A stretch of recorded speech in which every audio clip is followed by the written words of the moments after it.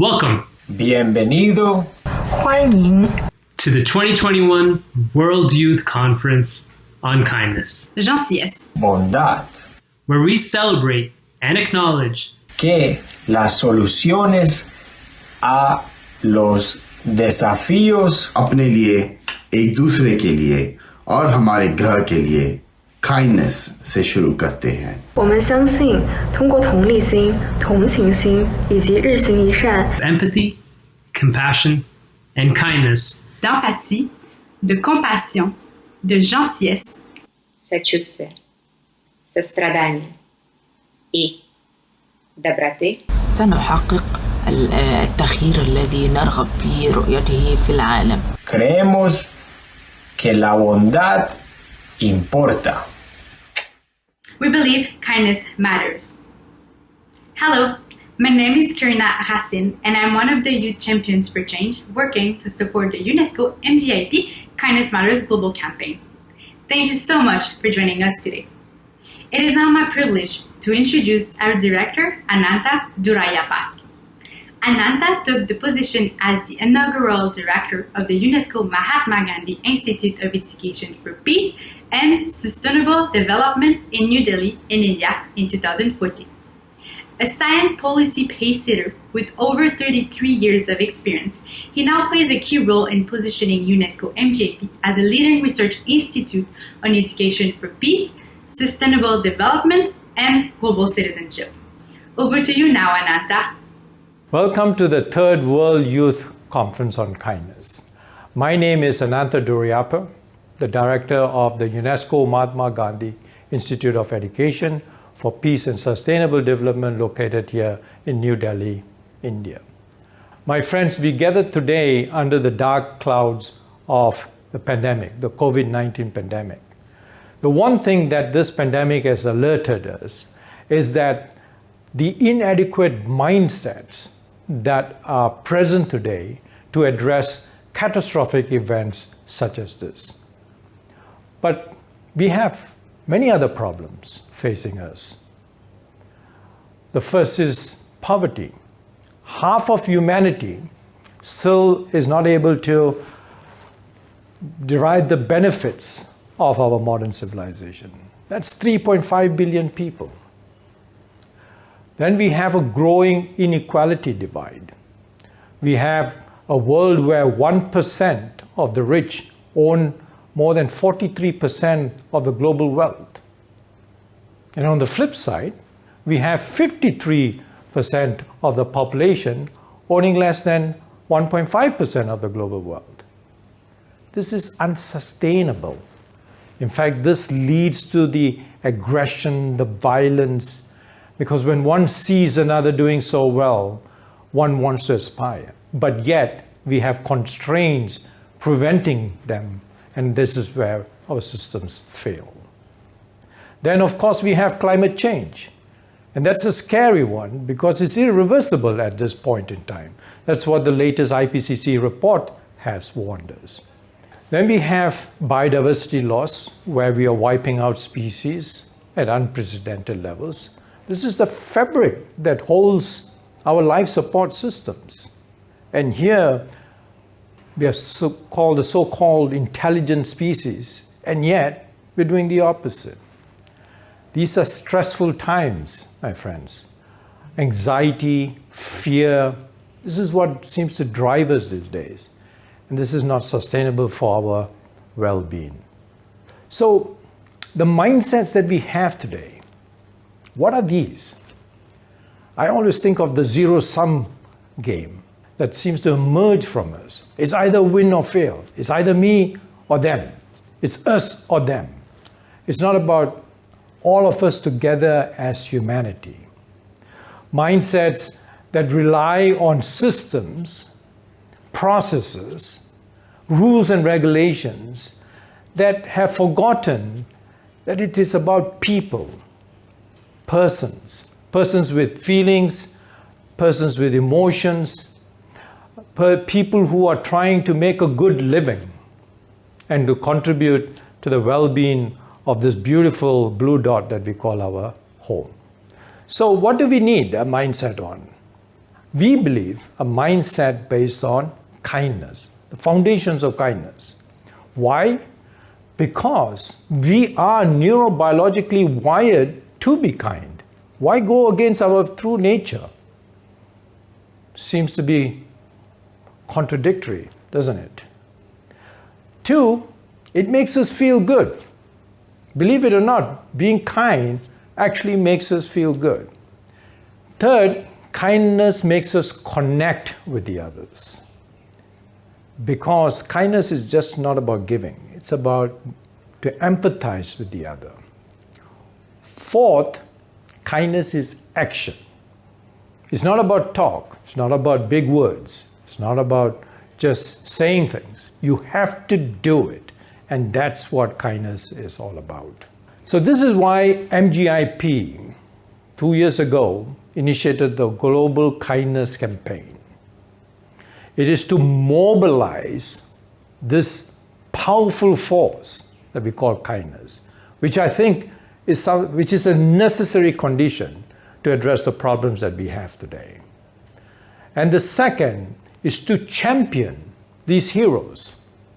It's not about championing the rich, the philanthropists, but to champion the person on the street who with a simple act of kindness changes the life of the other. This is what MGIP is all about. So we have now collected 1 million stories of kindness, 1 million heroes.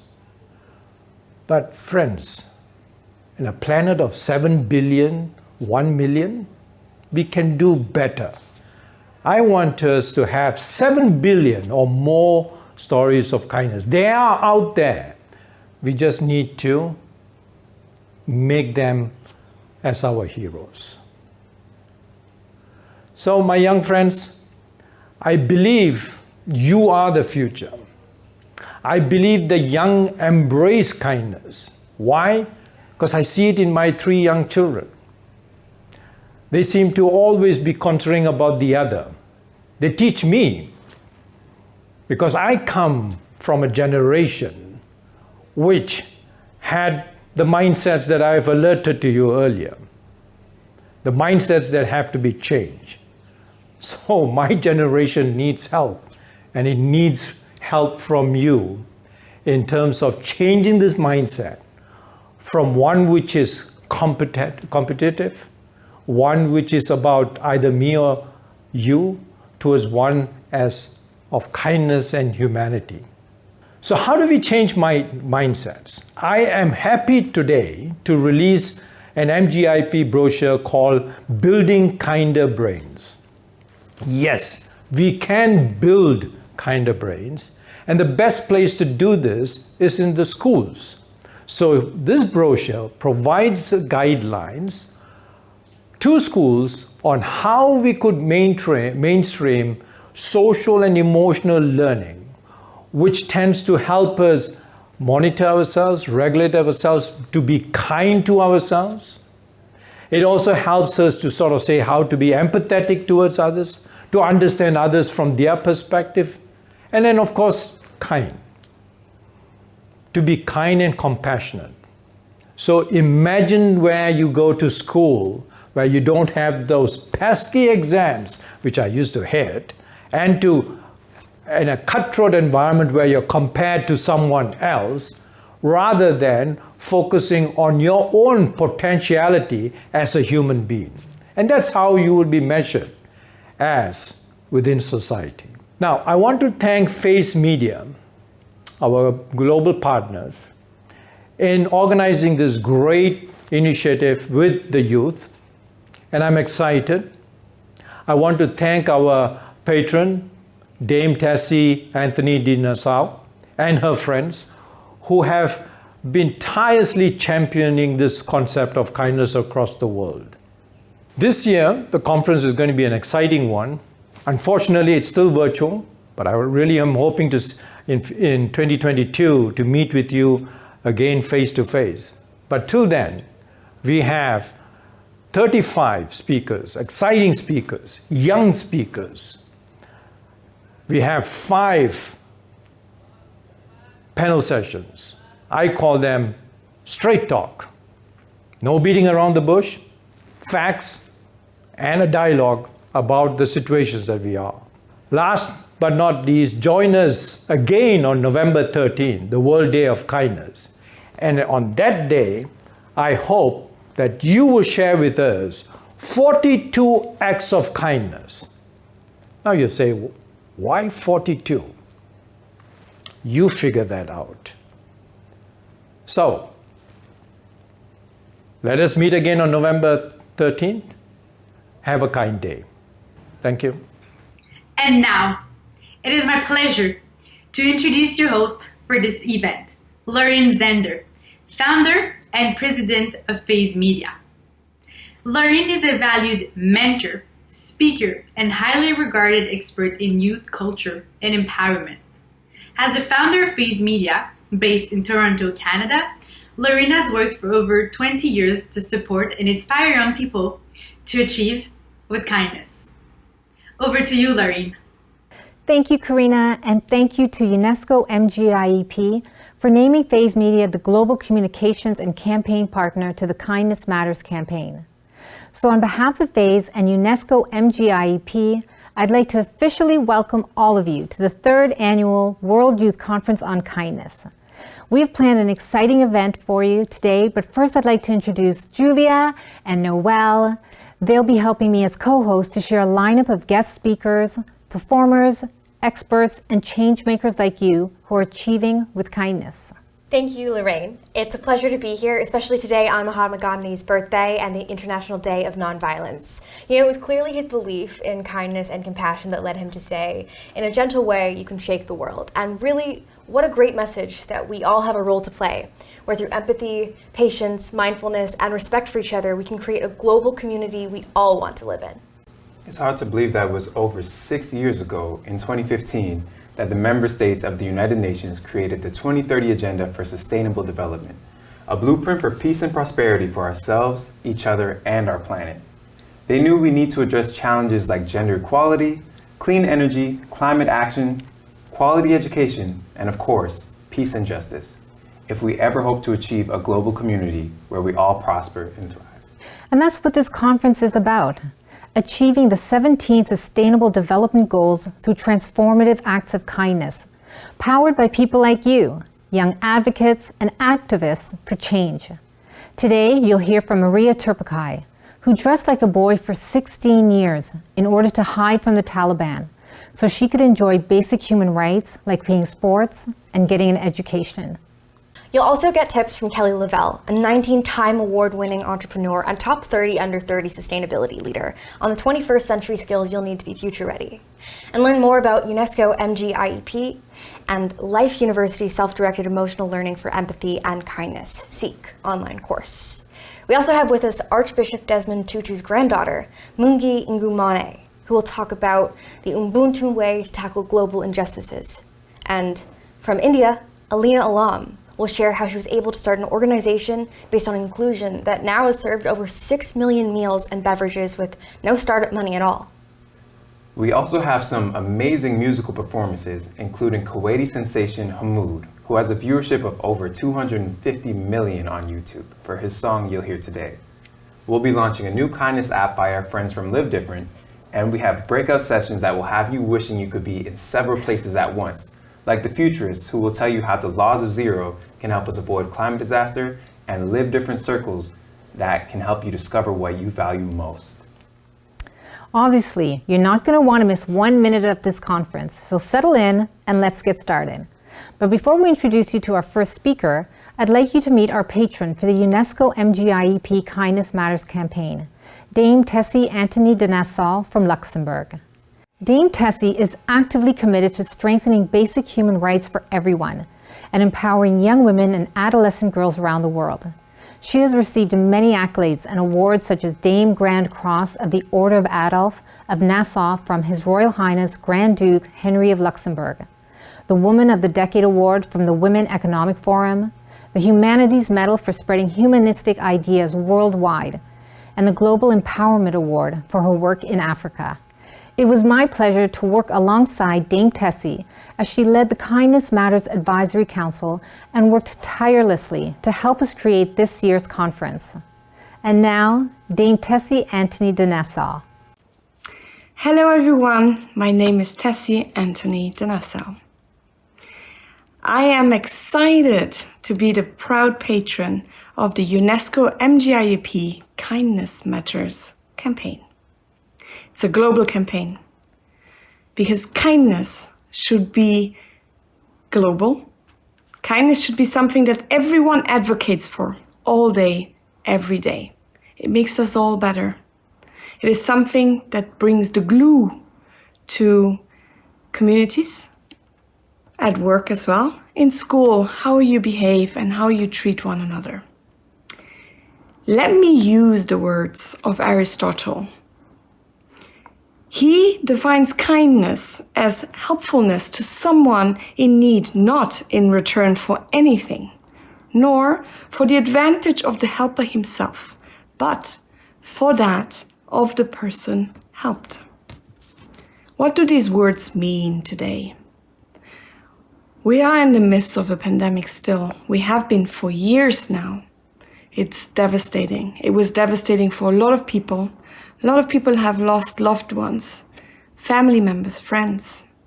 Others are still under the pandemic and its effects on their lives, work, communities, private lives. As well as what will be next, right? The after effects of the pandemic. People are still suffering. People call it long COVID, for example, or other effects of it. Going back to the quote, why do I think this is relevant to talk about kindness when talking about the pandemic? It is about that selflessness, about helping one another without expecting a return, right? Being there for one another, helping your community, being kind. I have seen many examples through Professors Without Borders, my charity, how we have worked with alumni, for example, who were scattered all around the world in their different countries, but couldn't access either education properly or were left alone, felt left behind. Keeping in touch with them, working with them online, providing services online made a difference. There's many other organizations. There have been incredible people out there. Our healthcare workers as well, people working in the hospitals, our teachers, creating all of these programs for our youngsters online, and the community in itself. Going to elderly people, I have witnessed and seen where younger people would put a little note under the door of an elderly person and say, if you need anything, just call. I'm here for you. I will go and do your shopping. I will go and get your medication. Whatever you need, stay inside, stay safe. I will take the risk for you. That's kindness, because they didn't get anything in return. They didn't get paid for that. They didn't get a Medal of Honor for that, these young people or these people who did that. They just did it because it was of the goodness of their heart to help their neighbors be there for one another. So I have created a council, as you all know, my Kindness Matters Council, who helps me, who advises me on what else could we do for this campaign. My council is very diverse. We have incredible men and women from all around the world, from all ethnic backgrounds, different geographics, different age groups, different domains of work, different interests. All these people, strangers to one another, are now friends, working towards one goal, making this Kindness Matter campaign succeed. Create one day of kindness, a global recognized day. We all work towards that. It's the focus on community, right? Achieve with kindness. What can we achieve with kindness? Already the examples that I have given, for example, with the youngsters helping the elderly with the shopping. What can we achieve there?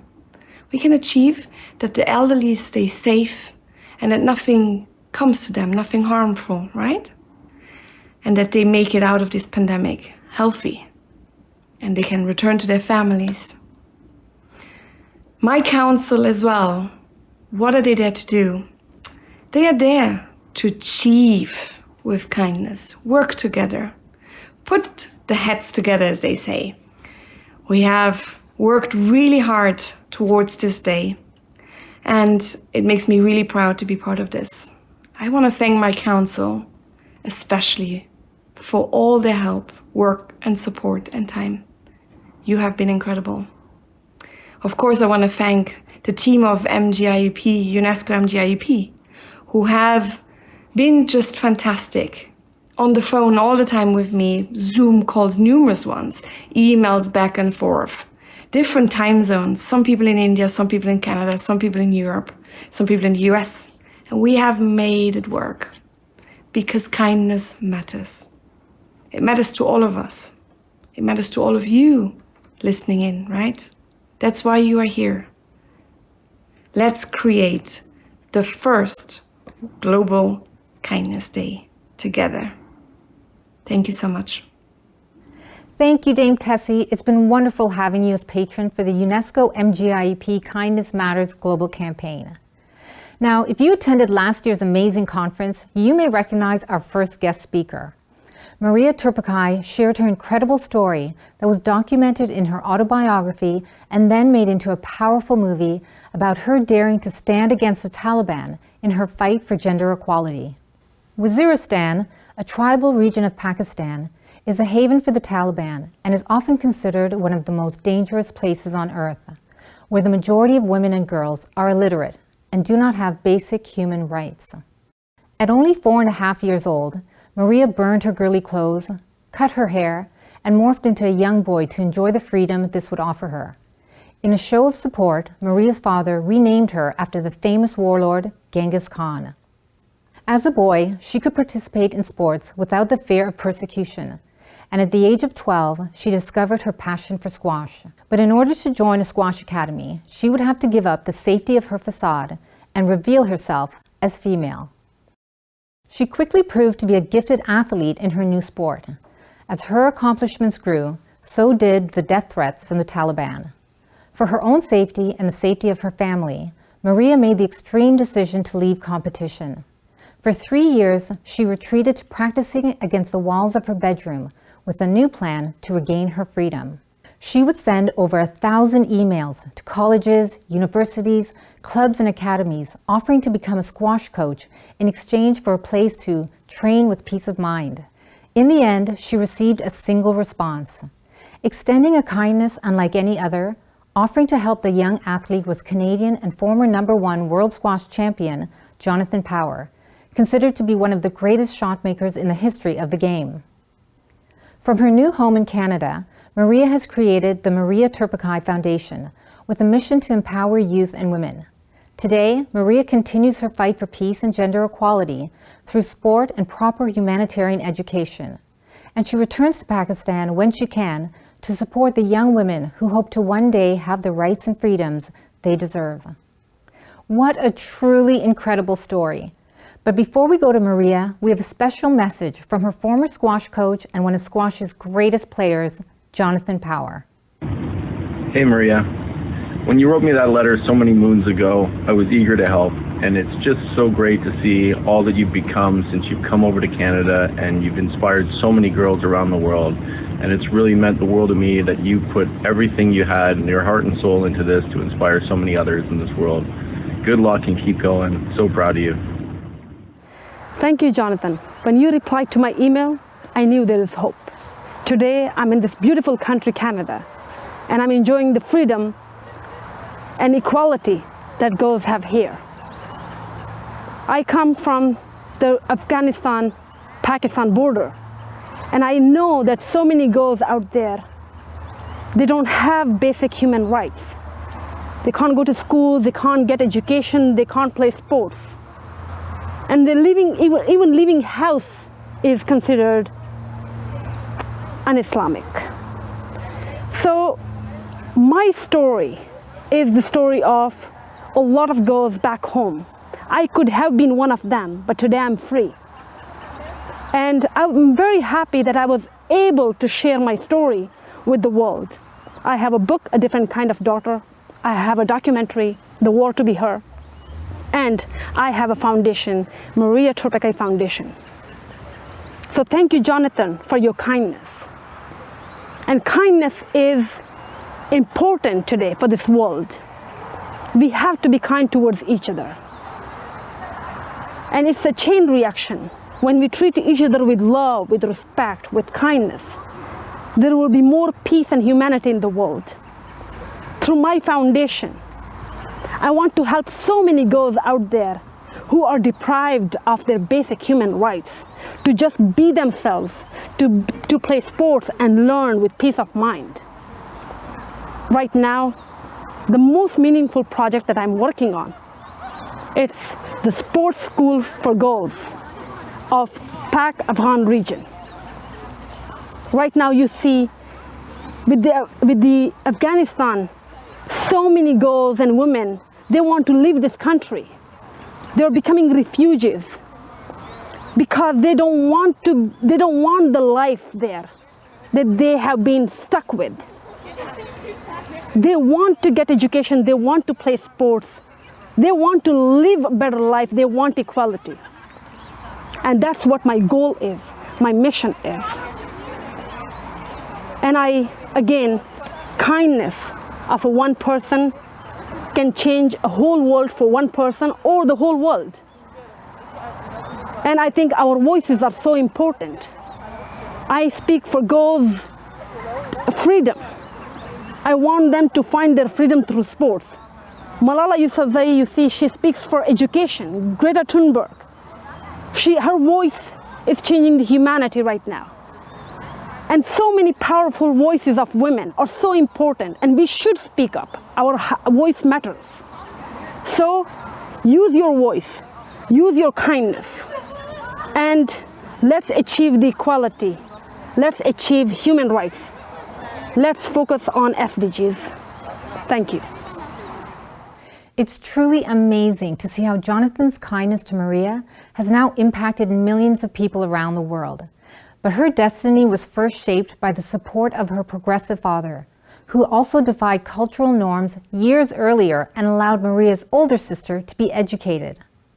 Aisha Wazir is the first ever female from the tribal region along the Pak-Afghan border to have been elected as a member of the National Parliament of Pakistan, and is also the first female to establish a political party in Pakistan. Aisha is guided by her belief that politics should be at the service of humanity. Kindness and SDGs are interlinked. When countries are kind to their people, they can achieve SDGs. Today, the world needs female leadership the most, whether it comes to leading nations or businesses. We need kindness, humanity, and peace in the world. I entered politics to serve human rights, to protect women's rights and the rights of minorities and other weak segments of society. Being member of parliament in Pakistan, I made it sure that people, be it a woman or a man, a boy or a girl, are treated equally, fairly, given opportunities and maximum awareness about their role in the society, state, and religious affairs. In the history of Pakistan, I am the first female to establish a political party, and the motto of my party is politics at the service of humanity. I am a strong, educated, well-aware female raised by a strong tribal Pashtun father who believes in equality. I believe a state should be above any discrimination, race, gender, and religious differences. And all its citizens should be treated with equal respect and care. I don't want to see any state spending its GDP on weapons, especially nuclear weapons, when it could be spent on the welfare of its people achieving SDGs. And I also believe that countries should have peaceful, friendly, and constructive relations with one another to serve humanity. Thank you. Our next speaker, Alina Alam, started her social entrepreneurship journey in 2017, scrounging for resources to open her first Minty Cafe in India, aimed at providing economic independence for adults with physical, intellectual, and psychiatric disabilities. With the help of the community and her dedicated staff, Alina's resourcefulness and determination paid off. And today, Alina will share how her organization now has 16 cafes that have served over 6 million meals and beverages to date, employed 116 adults with disabilities, and trained over 800 adults with disabilities, all with zero startup money. Hello, my name is Alina Alam, and I started Minty Cafe with the dream of showing the world the magic of ability. Our first employee was this girl who came in crawling for the interview because at that point of time, her family could not afford a wheelchair. You know, if you would give her half a cup of coffee or a pen, her hands would shake and it would fall. A lot of things biology cannot explain. Today, that same girl sitting on her wheelchair, she manages 10 other people with disabilities. She is the manager for our first cafe. And as I talk to you, her name is Kirti. We have hundreds of Kirtis across the multiple Minty cafes that we have. I started my journey in a dilapidated tin shed full of generations of rats. I had no idea about, how to run a business, what CapEx and OpEx is. I started my journey with empty pockets, failed sales attempts, multiple rejections. And today, as I talk to you, our team of adults with disabilities have served over 6 million meals and beverages in the last few years, thereby enabling us to create awareness about inclusion with every meal or beverage that we serve. Now, how did that happen? When I started my journey with absolutely no money, no connects, nothing. Well, it happened because of my faith, adamance in believing in God's creation, in the kindness, compassion, courage, and selflessness that exists in the community. Our first cafe was, which was again full of generations of rats, was cleaned with the support of the student community who came forward selflessly to support us. 90% of my equipment for my first cafe, right from my spoon to the second-hand oven, fridge, were donated by the community. The local electrician, the local plumber refused to charge me even a single rupee because they believed that the cause of inclusion belonged to them, not just to an individual. Not only have our team of adults shown to the world that, given the right kind of faith and belief, persons with disabilities, persons from vulnerable communities, not only can they stand for themselves, but they can also stand in support of humanity with the right kind of support and belief. While I say this, it is also important for me to mention that, in order to scale kindnesses, kindness of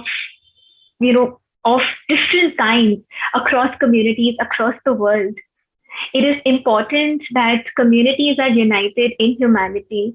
They are united into believing that economic independence and dignity is not just for people, who are vulnerable, but inclusion as a whole is the only way societies can be developed. And to end with one quote that inspires me and has kept me, on the move. Have courage and be kind. So where there is kindness, there is goodness. And where there is goodness, there is inevitable magic. And the magic is in each one of us. It's just about believing in it and using it for the right purpose towards bringing about a change, towards inspiring others, towards changing just that one Kirti's life, and the world will change for the better. Thank you, Alina, for all that you're doing. What an amazing success story. Up next, we are thrilled to have Born This Way Foundation representatives sharing about the importance of kindness and fostering kind communities throughout the program. Born This Way Foundation, co-founded and led by Lady Gaga and her mother, Cynthia Germanata, supports the mental health of young people and works with them to build a kinder and braver world. Through high-impact programming, youth-led conversations, and strategic cross-sectoral partnerships, the Foundation aims to make kindness cool, validate the emotions of young people, and eliminate the stigma surrounding mental health. First up, we have Sophie here to share what kindness means to her. Hi, my name is Sophie. I use she, her pronouns, and to me, kindness just means spreading the love. Whether it be to your neighbors, to your family, to your community, or to yourself, it's just spreading happiness and love and wholesomeness and joy. And now, I'd like to introduce our speaker, Ali Alzian. Originally from Syria, Ali fled to the UK as a refugee in 2014. Having witnessed firsthand the horrors of war and refugee camps, Ali began keeping bees in London to help with his mental health. After finding this extremely beneficial, last year, in the midst of a pandemic, Ali founded Bees and Refugees and now provides therapeutic relief for fellow refugees from Syria. Hi everyone, it's really an honor to be invited to speak to you here today. My name is Ali, I'm the founder of Bees and Refugees, and as you can see, I decided to film today from my garden so I can share with you the peace of mind the bees bring me. We're here today to speak about kindness, so I really wanted to just focus and emphasize on the importance of being kind to yourself. Kindness starts there. Pay attention to what brings you peace and find ways to incorporate that in your daily routine. For example, I now have the habit of having my breakfast every day, right next to the bees. That's where I sit. We're all here to talk about kindness, and I want to emphasize on the importance of being kind to yourself. I want to remind you all that you've been going through really tough 2 years, quite unusual and quite surreal. So being kind to yourself is step number one towards being kind to others. Julia, I really wanted to introduce our next guest with you because I love that she's all about young women supporting other young women. I feel the same way. Our next guest is Asana Mamuzu, and while attending school in rural Ghana, she realized there was a crisis of teenage pregnancies and unsafe abortions in her community, and even within her circle of friends. Wanting to help in some way, Asanam founded My Team Life to offer adolescents information about reproductive health. Today, Asanam is here to share what she believes is the most important step in creating change and impacting your community. Mahatma Gandhi's "Be the change you want to see" is one that might seem usual to many, but for me, it is what drove me to start creating change in my community. Solutions come to solve problems, right? And so when I realized the problem of teenage pregnancies, unsafe abortions, and lack of information to one's sexual and reproductive health and rights, I knew I had to do something. These problems meant many girls dropping out of school, including my mates. I wanted to change the situation, but I did not know how. But I knew I had to be the change I wanted to see and do something. First, I started with a few adolescent girls in my community, educating them one at a time. I mentored others and also empowered them. When I got resources, I expanded until now My Teen Life has empowered over 1,000 adolescent girls in rural communities in Ghana and also trained 70 teen mothers with livelihood empowerment skills to make their living conditions better. Making change can seem a big thing or a difficult thing, especially if you are young. You feel you need a lot of experience or resources to start something, but no. All you need is yourself and the zeal to create change. And so I'll tell you this. Identify a problem in your community, in your church, in your school. What solutions do you have? Ask yourself, how and when can I start? Share your idea with like-minded colleagues, but most importantly, start. You can start by using your social media space to create awareness on a situation you are passionate about. You can start by engaging and educating students in a school in your community. You can start by mentoring young people and adolescent girls and encouraging them to achieve or to believe they can achieve anything they set their minds on. That is change. That is impact. Because it starts with one person at a time. But the key thing is start. I'm thrilled to be here representing the World Kindness Movement. We were honored when WKM was invited by UNESCO MGIEP to be a partner on the Kindness Matters Global Youth Campaign. WKM was established in 1997, and ever since 1998, we have been celebrating November 13th as World Kindness Day. We believe that having an International Day of Kindness supported by the UN will lift up the awareness and benefits of kindness for everyone in society. We have a dynamic speaker for you, Grace Truman from Sydney, Australia. Grace is an outstanding youth who has just been nominated for the Youth Community Service Award annually conducted by NSW branch of the Order of Australian Association. We are proud to present her story of kindness to you. Over to you, Grace. Thank you, Namala. There are some things that you never seem to forget. Some of the earliest memories that I've held on to are of my mum teaching me the importance of saying please and thank you, and of my dad reminding me to always treat people the way I wanted to be treated. And as simple as these lessons were, they helped me realize the need to be respectful and to not only show kindness, but to look for kindness in others. And this understanding of kindness served me pretty well up until I was 10. It was then that my dad died suddenly of a massive brain bleed. Everything I thought I knew changed in one day. My mum and I had no idea what to do as the world kept moving forward. And that's when our community, our friends and family, our neighborhood, my school, showed us kindness beyond anything I had previously experienced. Our doorstep seemed to be magical. Every time we opened the door, something new had appeared. A cooked meal, flowers, or cards. Everyone offering what they could to bring us comfort and to help us survive this time. Not long after my dad had died, my mum and I decided to take a huge leap and create a web series about my new life that would share my dad's stories and celebrate him. Our community once again rallied around us. They understood that this was a project that we needed, and they supported us through crowdfunding. Friends in the industry worked on the series without any expectation of being paid, and local businesses provided catering and sponsorship. My understanding of kindness has grown exponentially over the last few years.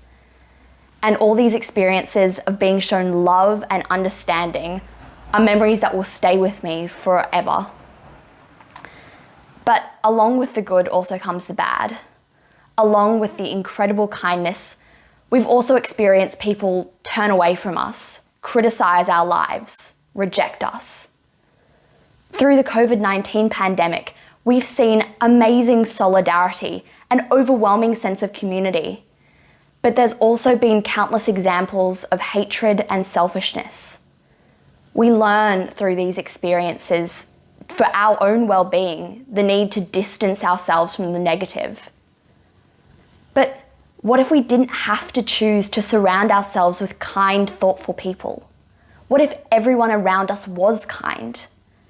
Friends, families, colleagues, neighbours, acquaintances, strangers, all lifting each other up. A generation of kindness. This might seem like an unrealistic future, but why should it be? Kindness is not perfection. Kindness has no cost. Kindness is about trying to understand, trying to think beyond ourselves, trying to learn from and grow with others. So let's try to make this future world of kindness a reality. Let's celebrate and share the value of kindness as widely as possible by demonstrating kindness wherever we can. MGIEP and Life University have created an online training course, SEEK, Self-Directed Emotional Learning for Empathy and Kindness to cultivate the skills needed for emotional well-being and to work towards a peaceful and sustainable society.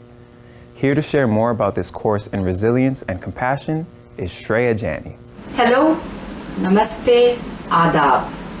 I know the last year and a half has been a very challenging one for most of us. The COVID-19 pandemic has drastically disrupted the ways in which we interact with our family and friends, how we learn, study, and the way in which we function at work. young people, have specifically been hit hard by the pandemic. I remember my university years when I forged lasting friendship, participated in arts and crafts, theatre and debate. This was very important for my growth. It taught me who I am, my core values, and gave me many stories and moments that I still dip into as moments of resilience and hope. It inspired me to go on and do the work I do today. However, universities have closed and migrated to a virtual mode of learning, and workplaces have also shifted to remote work modalities. Our interactions with others has become limited. There has been restrictions in movement. We've seen our loved ones suffer through the disease. We have seen people recuperate and struggle with recuperation. We have seen many perish.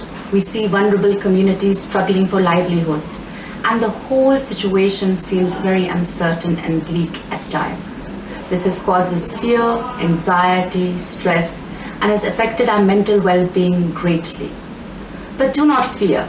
The UNESCO Mahatma Gandhi Institute for Education for Peace and Sustainable Development, MGIEP, and Life University USA have come together to give you skill sets and give you training in social emotional learning through their online training course, SEEK, Self-Directed Emotional Learning for Empathy and Kindness.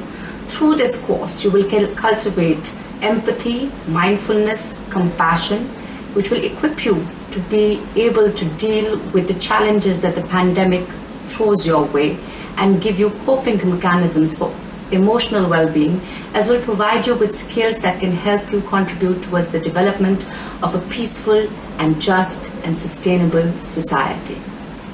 SEEK is a resilience-informed course that helps us cultivate human values and skills so that we can thrive as individual and society, so that our empathic waves don't overwhelm us and we can actually contribute towards alleviating other people's suffering. This course is a 3-part online learning course that one can complete on one's own pace. It will take you around 40 hours to do this course, but you're free to do it as you like it, when you like it, without deadlines beating down your neck.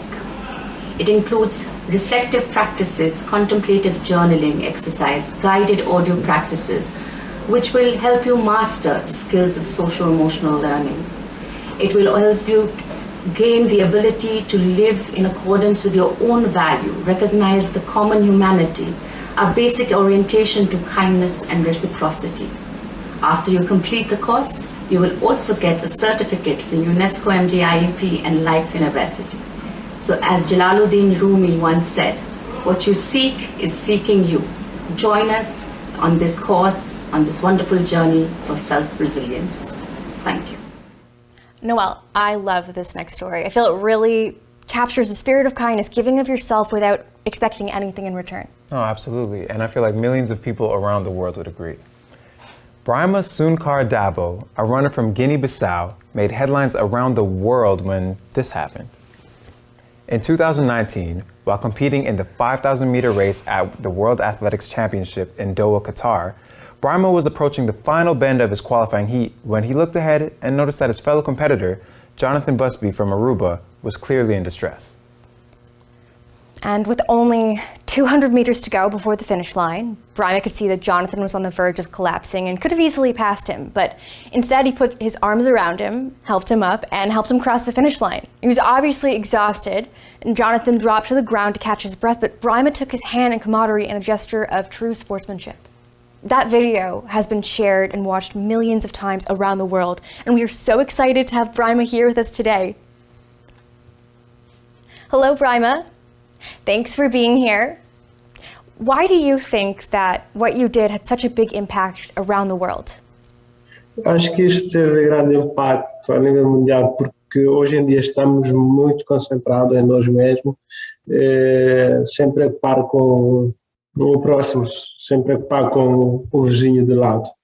E esta ação, de alguma forma, acabou por inspirar as pessoas de que poderiam fazer o bem ao próximo, e assim todos seriam muito mais felizes. Yes, very inspiring. Did you think you were doing something special at the time? Não, e eu na altura estava preocupado com terminar a prova. E contanto que depois de terminar essa prova estava à procura de entrada para o balneário. Porque tudo aquilo que tinha feito ali era um simples ato de ajudar uma pessoa que estava com dificuldades. Portanto, foi um simples ato. The changing room part is fun. Now, what advice do you have for people who put winning above all? O conselho que tenho a dizer a essas pessoas que têm que pensar a que custo que querem ter a atingir um determinado objetivo. Porque não vale a pena sacrificar o próximo por não estar bem. Se nós não gostamos de ser tratados daquela forma, portanto, não devemos fazer aos outros. Portanto, devemos pautar mais pela fazer a bondade ao próximo e assim todos nós preservaremos, digamos assim, a nossa comunidade e conseguiremos chegar muito mais longe a fazer o bem. What an amazing story of sportsmanship and, of course, kindness. Next, we'd like to introduce Nemo Patel, the global humanitarian, also known around the world as the Kindness Rapper. Through his nonprofit Empty Hands Music, Nemo has performed in over 20 countries across the world, spreading his message of love, kindness, and service. He has directed 2 musicals with 33 underprivileged children from India and toured the show across the world both in 2012 and 2019. But before we play Nemo's Being Kind, this is what he had to say when we asked him why he decided to make his life's work to share kindness through music. Thank you. That's a beautiful question. And I deeply believe that music is a way to touch our hearts. It's a universal language. And kindness is an expression from the heart. So if we can inspire those through music to make change towards love and towards generosity and kindness, for me, there's no deeper purpose or mission. Thank you.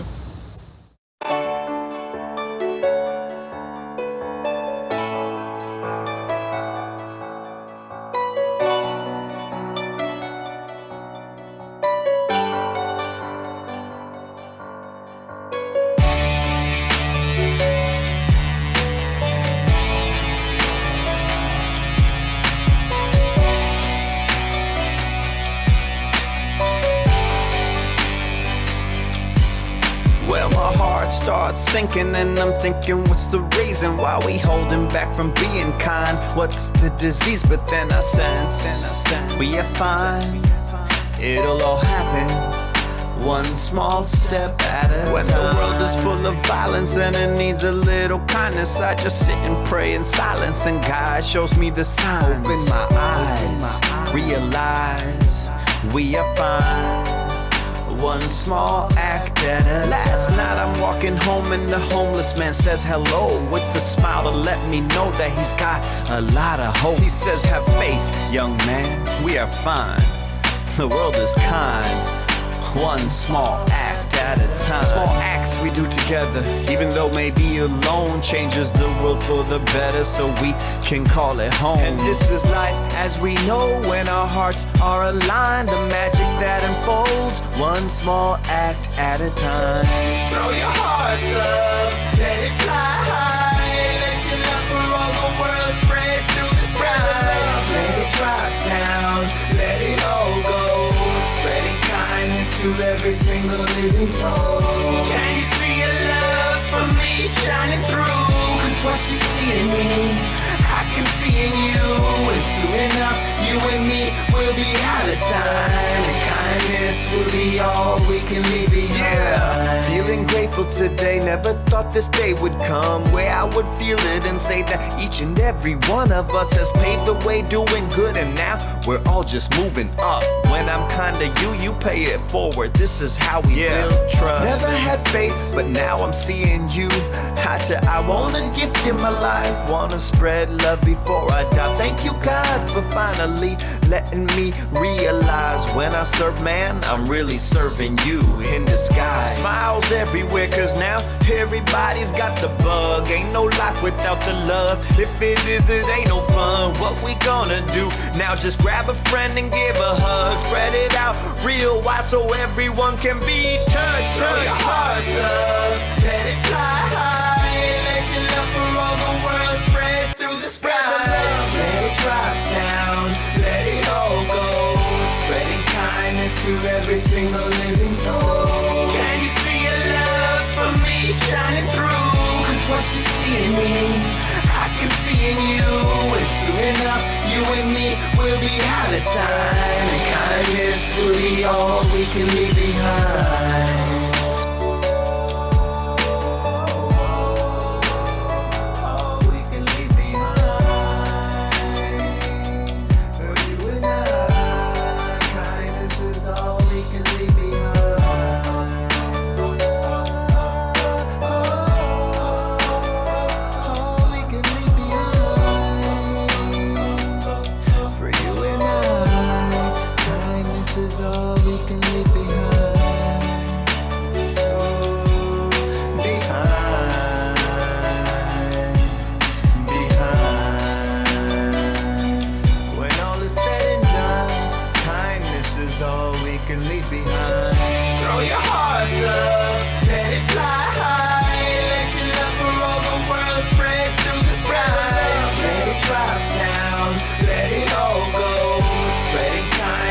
Every single living soul. Can you see your love for me shining through? Cause what you see in me, I can see in you. And soon enough, you and me will be out of time. And kindness will be all we can leave behind.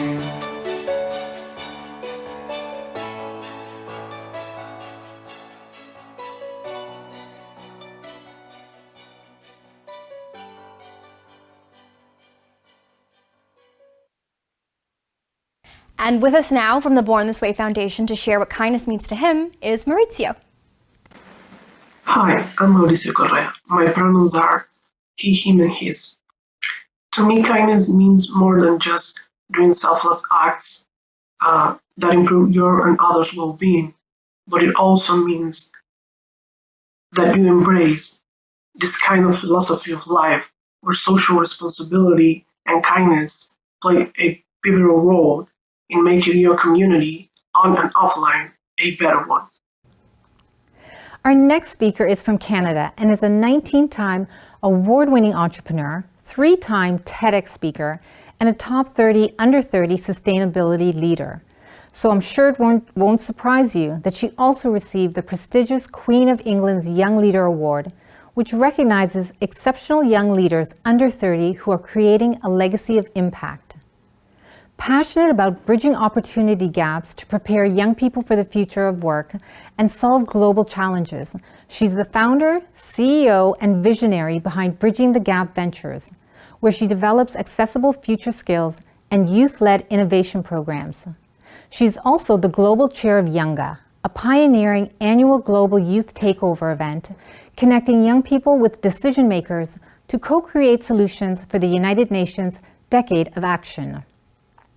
Here to share the 5 key essential 21st century skills that will help you overcome the skills gap is Kelly Lavelle. Are you future ready? What are the skills that you need for the future of jobs, and what does education look like?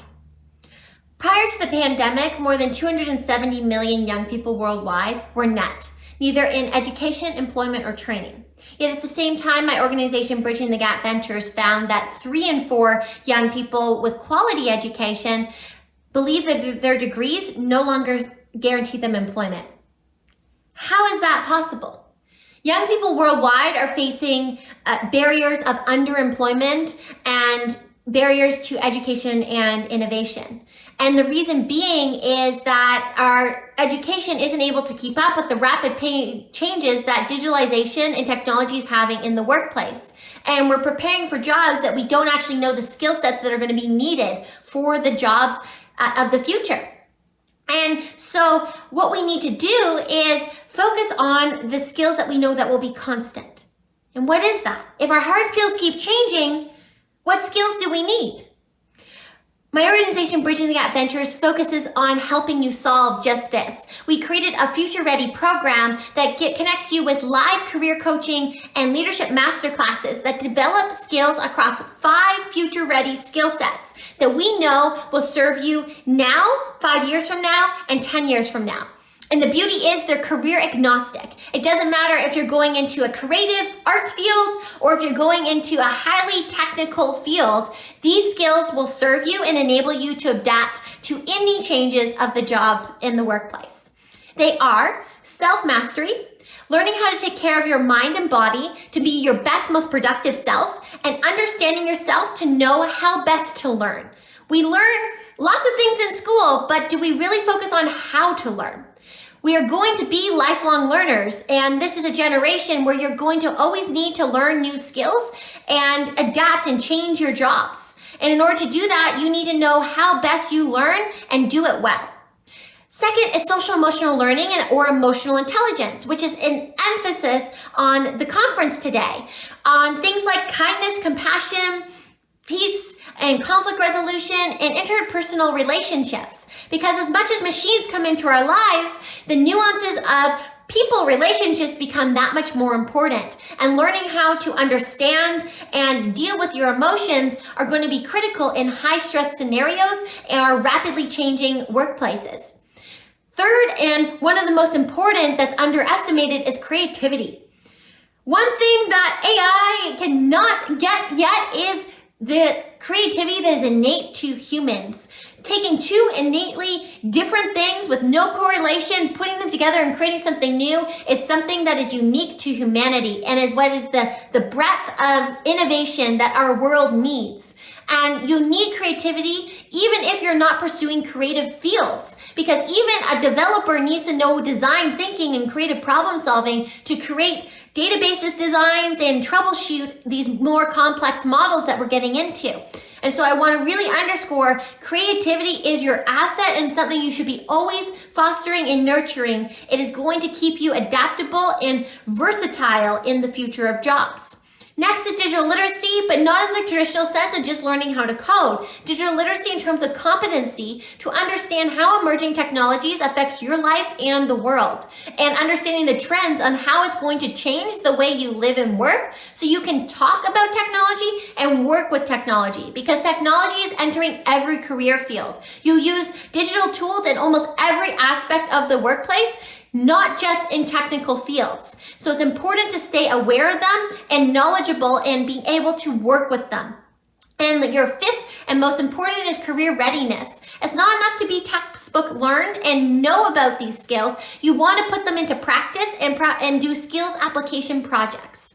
Easy ways to do that are volunteering projects and initiatives, internships, social venture projects, and even just community initiatives that you do with a friend to solve a global issue or community issue you're passionate about. These are great ways to demonstrate your skills to employers and help move your resume to the top of the pile, because you show that you'll be easier to migrate into the workplace and jumpstart on initiatives because you've already practiced those skills.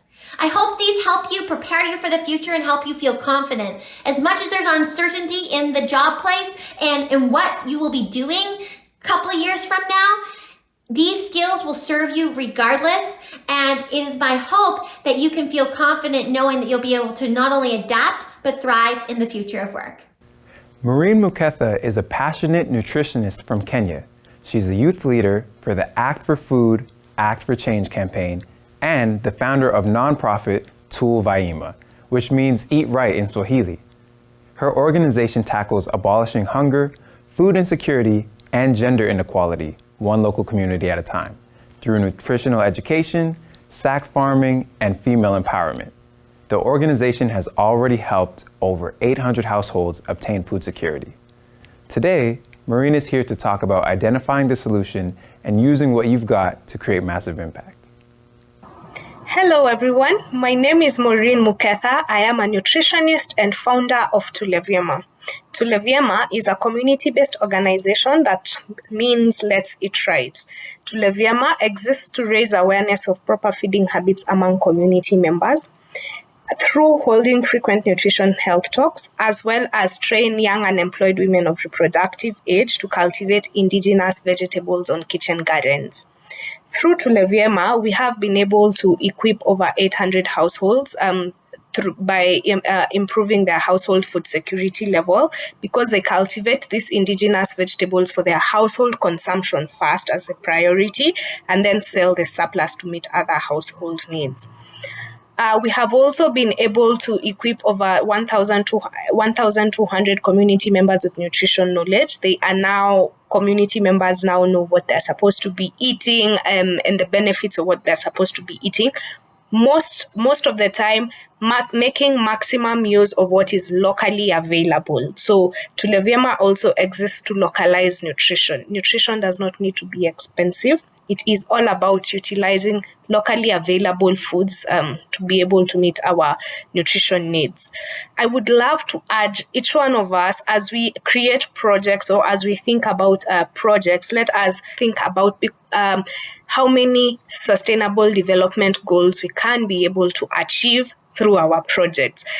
We have 17 sustainable development goals. And I mean, as we celebrate International Day of Kindness, it would be great for us to come up with projects or ideas that we can be able to solve more than one sustainable development goal. It is not magic. All we need to do is think about identify the one thing that really makes you annoyed or that you would really love to see a change in. And then from the 17 sustainable development goals, look at what is the one sustainable development goal that you majorly want to focus on. And then you can also identify other sustainable development goals which align to the one core sustainable development goal that you want to achieve. I wish us all the very best and hope that we can be able, as a decade of action, I am positive we'll be able to achieve the sustainable development goals. Thank you. Live Different is a Canadian charity that exists to empower and engage youth in a lifestyle of compassion and kindness. Through their programs, they aim to build resilience, foster relationships, and encourage action. To date, they have reached over 1.6 million students from over 3,800 schools and communities across Canada, and have helped complete over 600 much-needed projects internationally. For the past few years, Live Different has been working with talented app designers to create a digital space where we can come together as a community to share kindness and have fun while we do it. As a proud supporter, past participant, and a huge fan of Live Different, I am thrilled to announce the official launch of the Live Different app here at our World Youth Conference on Kindness. All right, I am so excited to be here today as a part of the third World Youth Conference on Kindness. It is such a pleasure to be a part of this event where we're all working together to bring more kindness into our world. And at Live Different, that is exactly what we do. We exist to inspire and engage people in a lifestyle of compassion and service. We believe the most important decision a person can make is to start to see themselves as a part of a bigger picture and find their unique way to spread kindness and compassion and empathy. So today, Live Different is launching an app to help people on their journey to becoming the most kind and compassionate version of themselves. Today is literally the first time this app is available for download. So as a part of this conference, you are an early adopter, you're an insider, you get to jump into the app, see what it's all about, and challenge yourself to grow in kindness.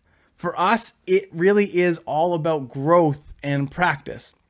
When you think of an elite athlete, for example, someone who has achieved the highest level of success in their sport, you know they didn't just wake up one day with all of this talent. An athlete's talent and skill is crafted through years of coaching and practice and training.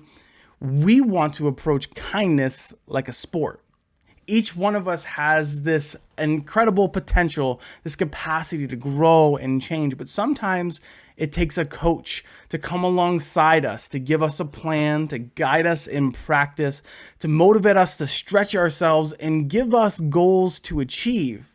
So we want to introduce to you the Live Different app. It is a digital kindness coach. Check this out.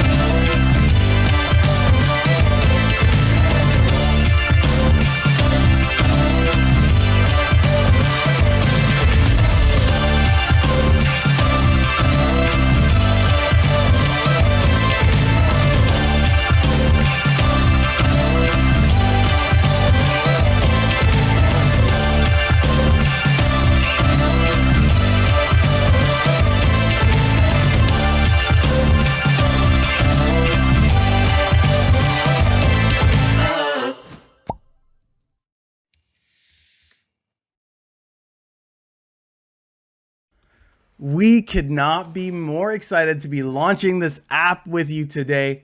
Acting as your personal kindness coach, the Live Different app helps you discover what living a life of compassion looks like for you.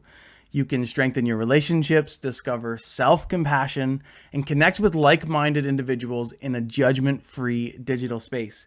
You can choose from a bunch of inspiring challenges that will help you practice kind action and focus on those little things we all tend to overlook. Also, because it's always better to work towards goals with others, you can create groups with your friends, your family, your classroom, your workplace, and invite them to undertake these challenges together. You can track and share your progress. You can send kudos to someone when they complete a challenge.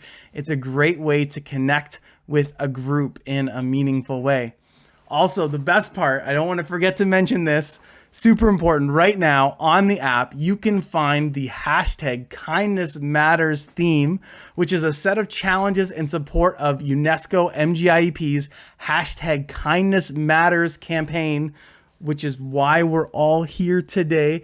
And in line with UNESCO MGIEP's goals, these challenges will help you engage compassion for yourself, for others, and for nature. So right now, I want you to open your phone, go to the App Store, search for Live Different, and download the app and get started on the hashtag Kindness Matters challenges.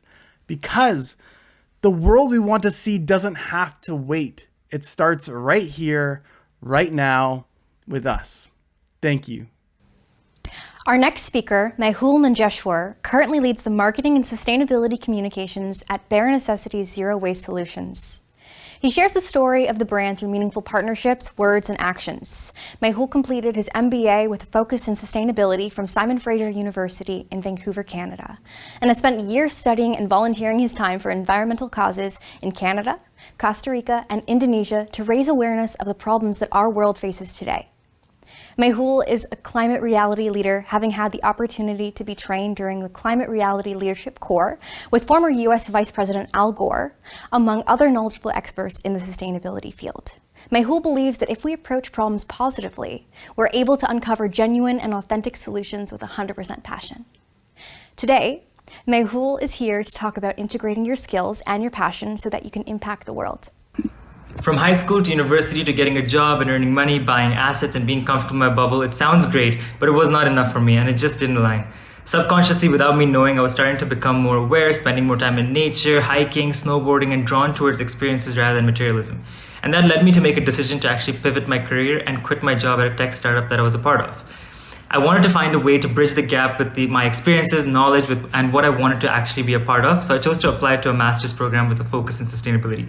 During this time, I was really deeply discovering the strong environmental and impact values I wanted to make a difference. I began volunteering and started learning more and expanding my network, asking more questions, most importantly, of what I was being told.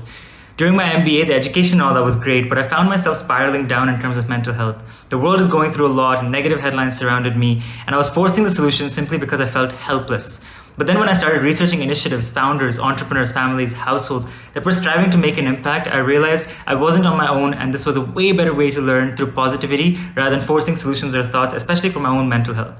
It's difficult because any decision you make that doesn't follow the norm or is a major pivot comes with its battles. Inner battles of whether you're doing the right thing or letting go of a higher salary or a comfortable life, or questions from those around you who are even wondering, why are you pivoting? But this was me following my gut. It was me thinking and realizing that it's bigger than just me. I'm not a saint or anything, but the thought that this life is bigger than just me made me start living a life kinder to myself and kinder to those around me.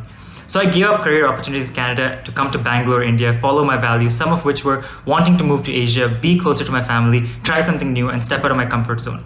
So I joined Bare Necessities as an intern. Yes, an intern. And today I'm the CMO at this growing social enterprise that is striving to make zero-waste lifestyles the norm in India through personal care, home care, and lifestyle products, completely women-run manufacturing team who we invest in, and eco-friendly packaging, even though that is the more expensive way compared to plastic packaging. Suddenly I found myself through the risks and pivots at an organization that I was aligning my values with while taking into consideration my strengths. Started contributing to the organization from within, email marketing, social media, communication styles, researching, online courses, workshops, kids books, and more.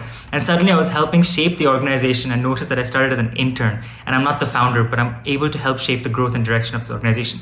Not everyone can start a business, so here are a few of my tips because I feel in today's world to bring about change from within. Build a community within your organization, a green team, and organize events. Make it fun and make it accessible. You don't have to use the out-of-box methods. Instead, use traditional methods, but out-of-the-box delivery and communication. You take care of internal comms, then use this very proven method of communication and employee engagement and use it to your advantage. Don't be afraid or nervous or lazy to propose ideas. Propose a new style of managing waste or propose the fact that we need more segregation, bins, and efforts. Make yourself heard, and when it gets approved, take charge. Stay open-minded. My first job, the tech startup I was at, was one of the best things that's happened to me. Today, although it was a job that is not in the sustainability space, it is in a space that is helping engage people understand their behaviors, and that is a huge skill and learning for when you're also trying to bring about change. So rather than thinking your job is monotonous or a waste or just going on and on, really think about what you're doing and where you could use it. Hamoud is a Kuwaiti-born singer and music producer known for his unique fusion of Arabic music and international pop styles with uplifting lyrics. Hamoud gained popularity in 2015 when his hit song Kunanta, or Be Yourself, went viral with over 250 million views on YouTube and charted #1 in iTunes in numerous countries around the world. Before you get to see Hamoud perform his viral hit, here's the man himself.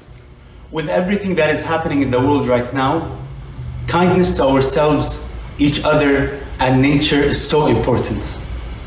I believe that if we approach our challenges with compassion, empathy, and of course kindness, we can find solutions that can truly change the world.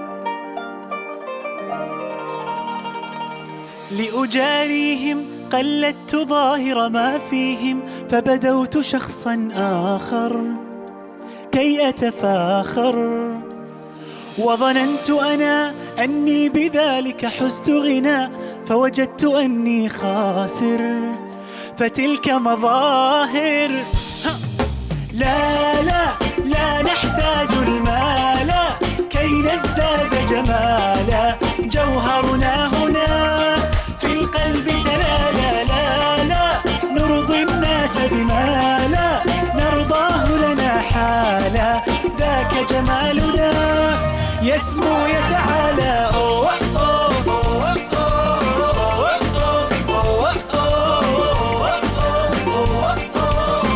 كن أنت تزداد جمالا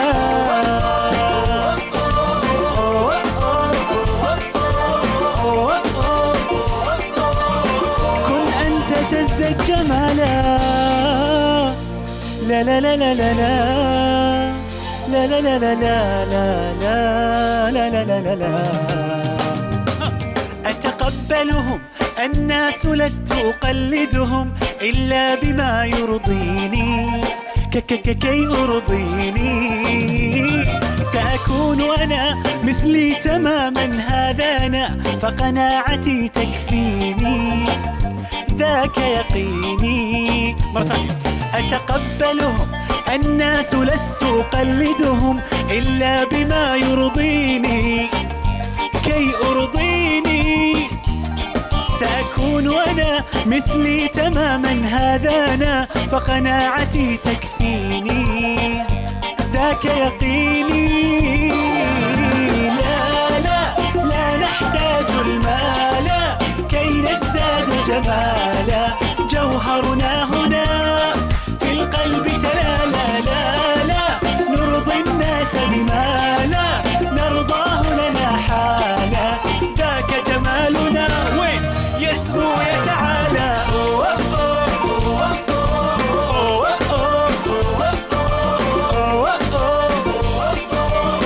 كن أنت تزداد جمالا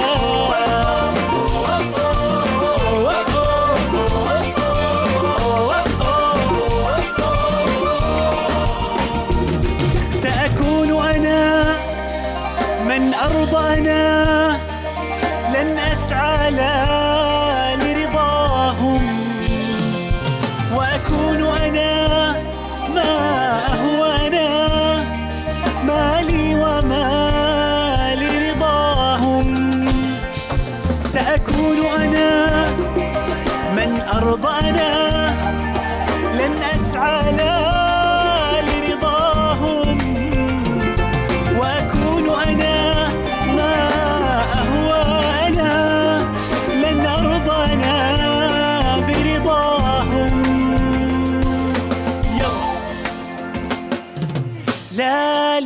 لا نحتاج المال كي نزداد جمالا جوهرنا هنا في القلب لا نرضي الناس بما لا نرضاه لنا حالا ذاك جمالنا يسمو يتعالى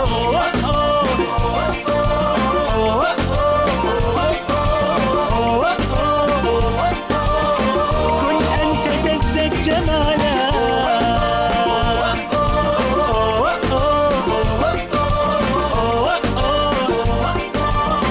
كن أنت تزداد جمالا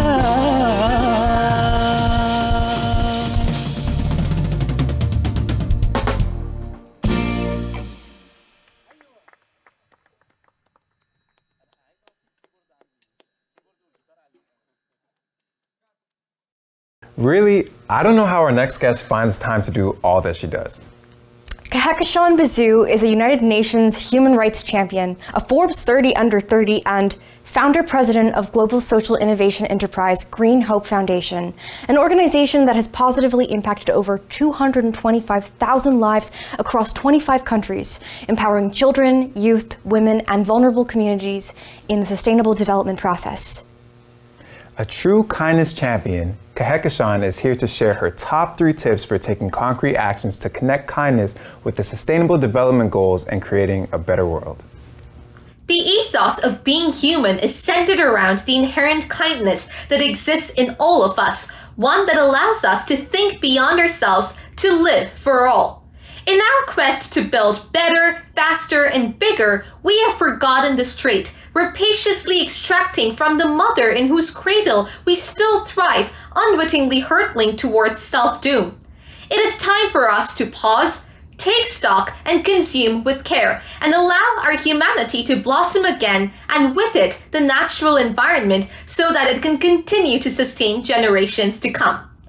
I consider myself very fortunate to have grown up in a family where empathy and kindness were instilled in me from a young age, and hence I always understood that it was my moral responsibility as a citizen of this planet to give back to Mother Earth. At Green Hope Foundation, this kindness, empathy, and compassion are the driving forces of our work, and we use empathy through education for sustainable development to localize the Sustainable Development Goals led by young people. For instance, we have planted over 6,000 mangroves across the world from the Sundarbans to Kiribati, implementing SDGs 13, 14, and 15, and thereby cementing a natural barrier against climate change-induced sea storms to protect the coastal communities from further destruction. By growing our own food during the pandemic and teaching children across the world to do the same in their homes and schools, we are helping in the achievement of SDGs 2, 3, and 15, and creating local mini circular bioeconomies led by children and young people. These are our own small ways of using empathy and kindness to help Mother Nature and in turn localizing the SDGs. So here are my top 3 tips for you to start taking concrete action. Number 1, educate yourself about your community and its challenges and connect them to the SDGs, whether through school, going online, speaking to others, and then spreading that knowledge within your community. Second, take that first step which you feel will be most beneficial for your community. It can be as simple as planting a tree, growing a tomato plant in your home, or cleaning up your local beach. It might seem daunting at first, but trust me, the end result is so worth it. And finally, define your own path to success with empathy and kindness in your heart, and that will reflect in your work to help Mother Nature. Every single one of us has the potential to become a change maker. So let us bring out that change maker in all of us, and I'm confident that together we can create a sustainable world with empathy and kindness at its core. Thank you. What an amazing lineup we've had so far. And there's so much more to come. Next, joining us from Rwanda is Alice Mukashaka, who is passionate about education, research, and social entrepreneurship. While studying electrical engineering at Singhad University in Kigali, Alice partnered with a classmate to co-found Starlight, a Rwandan education technology company that makes STEM learning kits and introduces young students to STEM careers, mentorship, and role models. Alice is here to talk about her own experience with Starlight and why sometimes moving quickly can actually slow you down. Welcome, Alice. We're so happy to have you with us today. Hi, what a privilege to be here. I'm so delighted to be part of this 3rd World Youth Conference on Kindness. And I'm so happy to share with you my story of how I started the venture and what it takes me to reach on the final product. And I want you to listen to this and be aware that moving up so quickly can really slow you down. A little background about my story. I was raised in a modest household as a curious and practical child. I loved science and figuring out how things work. I would listen a person speaking on the radio and break it to see what's going on, how the radio system works. And I would see a rainbow in the sky and ask myself so many questions about it because I don't know how it was formed and how it works. And I would ask so many questions to the people around me, asking them about it. And sometimes they will not have questions. And I believe that's when I started to develop a passion for science. In 2016, when I was pursuing my electrical engineering degree, I started a venture, Starlight, together with a peer.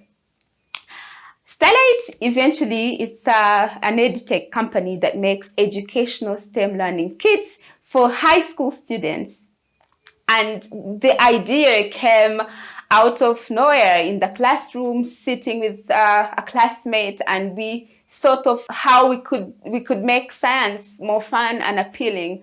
We were excited of starting something new in the country, something that could make science and STEM generally fun to young learners, a way to make science appeal and even interactive for young learners. The bad news is that the journey was not easy as we thought. It took us a year, a completely full year without generating any income. We invested a lot of time in research, product development.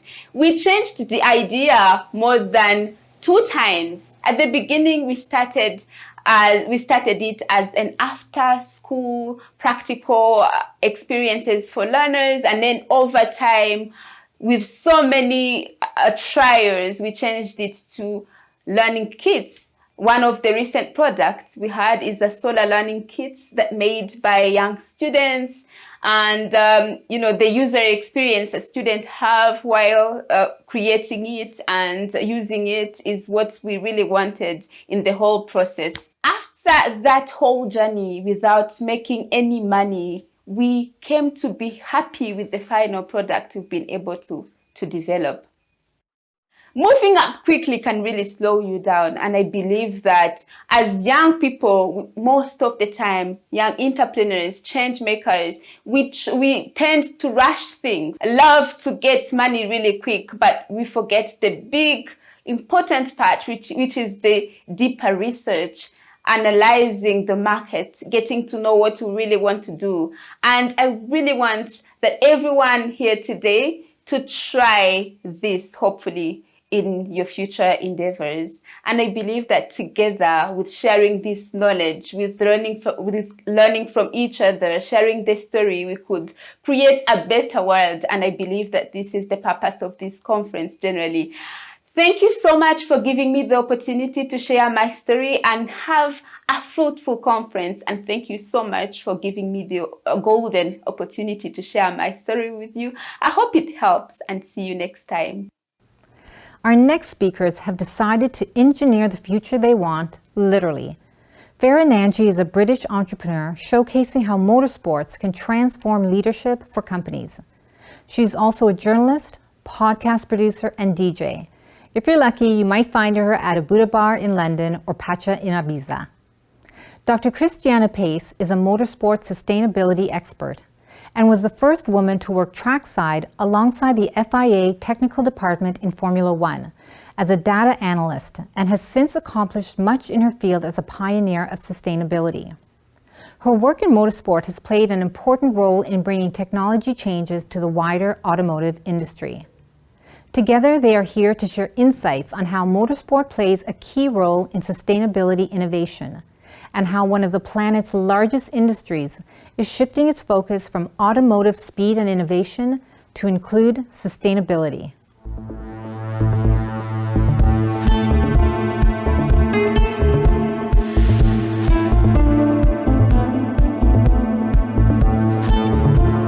When you think of motorsport, fast racing cars, you might be surprised to find out that it has a pivotal role to play not only in supporting the 17 SDG goals, but also in creating transformative technologies that support a more healthier, balanced, and eco-friendly planet.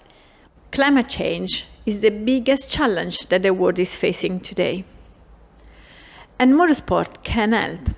And Formula One and Formula E have both set ambitious targets to showcase the world that they could help with the solution for climate change. Formula E is the first global sport to achieve net zero, and that was in 2020. And Formula One has set an ambitious target to be net zero by 2030 and is developing sustainable fuel to use in their car by 2024. They both showcase this transition to sustainable mobility to more than $500 million funds, and they also showcase the need for more kind and sustainable communities. In such a pressurized and competitive environment, innovation is the decisive edge for every team. Sports is an important enabler for sustainable development and has the power to connect influential networks of diverse stakeholders and key partners who work together to create long-lasting developments. This is why Formula One and Formula E work with some of the largest companies in the world, from Amazon to Tesla, who use the sport's extreme environment as a moving R&D lab to discover groundbreaking innovations for their products and services, while also maximizing value and efficiency by engaging with each other's supply chains. Motorsport has also been a driving force to increase scalability and affordability of many technical solutions that are now used by many OEMs and manufacturers. Historically, the breakthroughs discovered by Formula One and Formula E, such as the advanced battery management system and drive-by-wire technology, have been critical not only in improving road safety and the future of the road car, but also other modes of transport such as air, rail, sea, and even space. By pushing technology to its absolute limit on the racetrack, we have seen the energy sector develop profound breakthroughs in increasing access to clean and more affordable energy, while ultimately improving air quality for everyone on the planet as we race to a more sustainable future. From 2012, sustainable innovation has been transferred heavily from motorsport to other sectors. Williams Formula One, for example, have teamed up with NHS to produce the baby pod to transport critically ill babies. McLaren Formula One have used their knowledge of data and data acquisition to produce a remote monitor system for the healthcare sector. During the COVID time, all the Formula One teams put together their efforts to produce ventilators for the government as there weren't enough. And Formula E team up with UNICEF to help vulnerable kids and families. Because of the industry's commitment to STEM, it has attracted a whole new generation of women to become drivers, engineers, and technologists. Even though women have been racing since the 1900s, their long-term commitment has caused positive changes towards gender norms while promoting the message of equality. Motorsports, therefore, has become an important vehicle to transmit the message of diversity. As a passion, drivers as Susie Wolff, Lewis Hamilton, Nico Rosberg, and Sebastian Vettel and many others have come together to showcase the message of sustainability and equality. Motorsport key message as fairness, as respect and teamwork can be used to build a culture of peace that is independent from political take or cultural differences. In fact, a testament of that are campaigns that Formula One and Formula E have put together to show that kindness matters. For the Formula One, we have We Race as One, and for Formula E, we have Positively Charged. They're all very good campaign to showcase social and environmental sustainability. Inherent in every level of motorsport is the binding value of defying and challenging limits. If we want to preserve the future of our planet, we must all embrace this notion and push the boundaries of innovation, thinking creatively about the decisions we make and how they lend themselves in being kinder to the planet and to others. As we engineer a healthier future, cross-collaboration with other industries will play a pivotal role for our future generations to flourish and for us to ultimately leave the world in a better place than how we found it.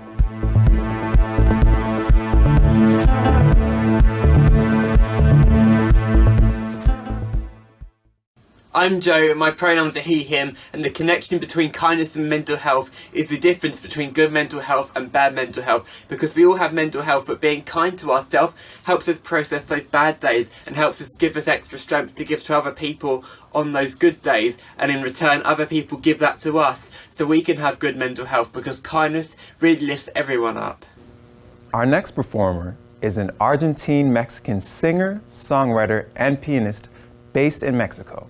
As part of the duo Sin Bandera, and now as a solo artist, Noel Cherise's music has been heard around the world.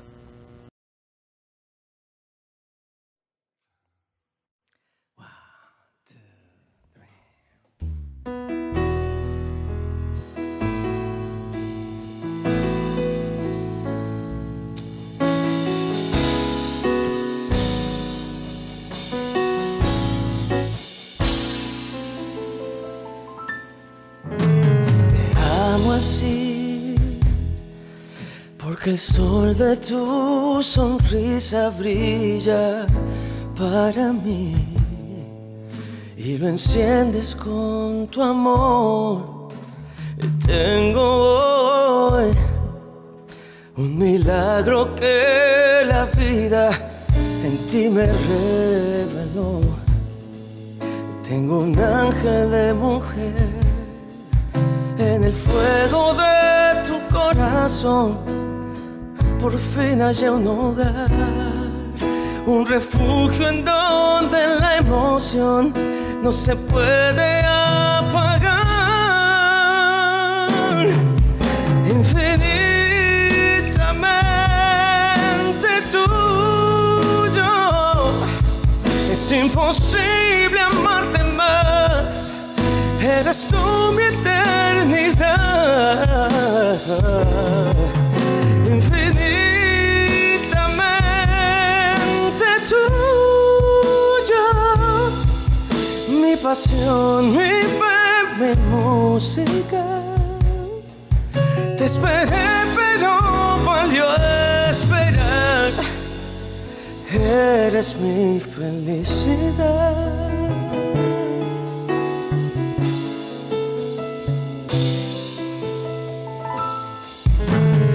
Te busqué y Tropecé con el destino hasta que te encontré. Me mostraste la verdad junto a ti. Cada página que vivo es la que yo elegí. No hay ni tiempo ni final. Tus ojos son mi espejo, amor. Tu sombra, mi lugar. Tú eres la única canción que me muero por cantar. Infinitamente tuyo. Es imposible amarte más. Eras tú mi eternidad. Infinitamente tuyo. Mi pasión, mi fe, mi música. Te esperé, pero valió esperar. Eres mi felicidad en el momento más preciso. Y contigo entré en el paraíso. Oh, yeah, yeah, no, yeah.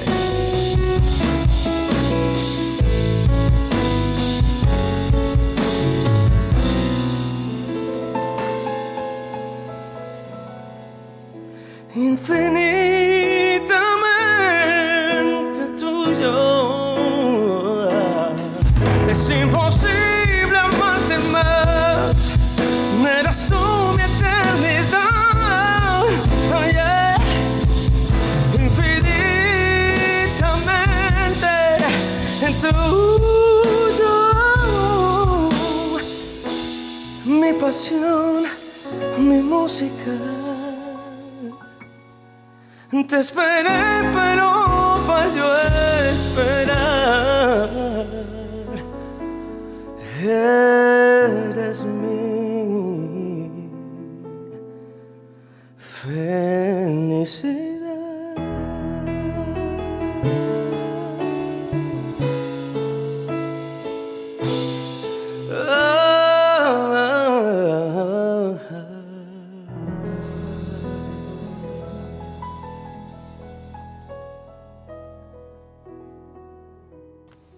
Tiffany Jingyu Wang co-founded Oasis Consortium, a nonprofit organization to create a new digital sustainability model for businesses to adopt. She is also the Chief Trust Officer at Spectrum Labs, a contextual AI platform set to build a safer, kinder internet. Tiffany is a keynote speaker and expert at the intersection of AI and trust and safety, and has been published in Harvard Business Review and Forbes. She also hosts the Brand Safety Exchange podcast, which is a destination for digital user safety thought leaders. Tiffany is here to share 3 principles of building a safe and kind metaverse as we move into a new era of digital interaction. Do you know every 39 seconds there is a cyber attack? 65% of 19 to 20-year-olds experience online harassment and hate speech. And AI recognizes white-skinned males 34% better than dark-skinned females. This is the world we live in today, where data is breached, safety is threatened, and AI discriminates against human beings. This is the consequence of not setting the guardrails at the beginning of the social web, the web we all live in today. Now, as we migrate into the new era of the internet, we're open to a whole new metaverse. A persistent, immersive, and limitless digital space we will interact with each other, socialize with each other, and live all together. So, I hope us to build and set the guardrails right now more than ever. There are 3 principles to think about: privacy by design, safety by design, and inclusion by design. We have to put people at the center. we have to put people over devices. We need to protect the data and privacy of individuals. We also need to think about what are allowed versus what are not allowed for the metaverse, because the lead time to toxicity will be shorter and impact will be bigger because it is immersive. Last, we should not only respect but also encourage the diverse and inclusive content creation, because AI has to understand the diversity and inclusion through the content we feed it to make decisions for us and with us for the generations to come. Believe it or not, we are the people who have the responsibility, power, and the knowledge to make a difference now. I hope the world our next generations inherit from us would be a better world than the world we're living today. Our next guest, Maria Ní Fliotharta, is an academic and an advocate. She works in policy in Ireland, mainly focusing on the intersection of disability rights and women's rights. Her work includes contributions to the Reproductive Justice Project, the Together for Yes campaign, the People with Disabilities for Repeal, and is co-founding Disabled Women Ireland. Maria was also active in the Marriage Equality campaign, which led to the legalization of same-sex marriage in Ireland in 2015. Maria is here to talk about how to make a difference through policy change. I'm here today to talk to you about the importance of kindness, empathy, and understanding in ensuring meaningful social change, but also human rights for all. My country, Ireland, the Republic of Ireland, has traditionally had regressive stances on the rights of minority groups, but in particular women, girls, and gender minorities, in ensuring their reproductive freedom and access to reproductive justice. This manifested in various forms, including the institutionalization of women, forced adoption, but also restrictive access to reproductive health care, including contraception and termination of pregnancy or abortion, even in cases where the health of a pregnant person was at risk. Ireland had actually granted constitutional status to the unborn, which meant while social progress happened and people and contraception became more readily available, access to abortion remained incredibly restricted. And in order to change that, there would have to be a public referendum or a vote. Public vote is arguably the worst way to determine whether or not a state should respect the human rights of the people living within it. But given the constitutional status that had been conferred to the unborn child, there was little other options in ensuring that this change could be brought about. So for years, campaigners fought and advocated in order to change the law at all levels of society, whether it be in their families and in their local communities, or including some very brave individuals who took cases to the European Court of Human Rights and the United Nations Human Rights Council. A huge part of achieving the social change that was needed there revolved around telling stories, and people told their stories, often at great personal cost. Ireland voted overwhelmingly to change its abortion laws, and in doing so, in the exit poll, it turned out that what changed people's minds weren't reason or facts or medical information or legal arguments, all of which had been wonderfully advanced. What had changed was hearing people's story, changed people's mind was hearing people's stories and recognising it. So while I want everyone to recognise the importance of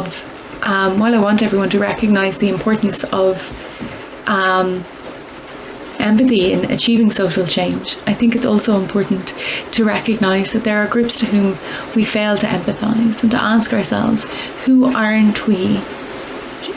Whose stories aren't we listening to? Who are we failing to build empathy with? Who are we failing to understand, to ensure that everyone's at the table? I'm going to relax now and introduce our next guest, Divya Krishnan. Divya is a heartfulness trainer who has been practicing the heartfulness way of life for the past 25 years. She began meditating 9 years ago, and since then she has taken immense pleasure in introducing youth from all walks of life into this holistic way of living. She has worked in underprivileged communities and differently abled communities in India and with youth all over Australia to help spirited individuals untap the infinite potential for self-actualization within their hearts. It is my pleasure to share with you that UNESCO MGIEP and Heartfulness Institute have teamed up to launch the Kindness Matters Essay Event in 2021. The Kindness Matters Essay Event provides an opportunity for young people to reflect, share, and write about both their meditative and analytical thoughts on 3 types of kindness. Kindness to self, others, and nature. But most importantly, to present personal experiences of kindness they accomplished or witnessed and how those impacted or touched them. To learn more, please visit the UNESCO MGIEP website. From the Heartfulness Institute, Divya Krishnan presents a meditation on kindness. You, over there. Yeah, you. Imagine you had the superpower of being able to walk into any room and make everyone instantly feel better and make everyone feel loved. Imagine if you could control the level of tension in a room with just your thoughts. Imagine if you could know how people were feeling without them even having to tell you.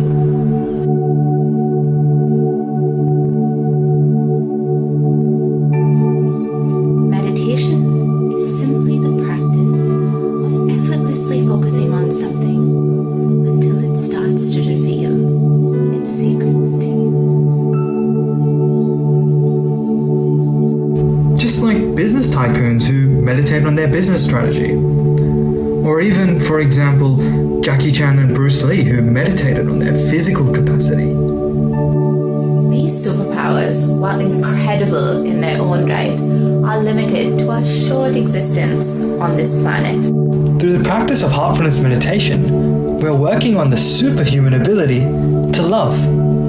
By meditating on the heart and its infinite potential, you untap the magic that it is capable of transmitting anywhere and everywhere, and that impact will remain long after the physical body is gone. To be building a world where everyone feels like family, and everybody goes out of their way to help one another.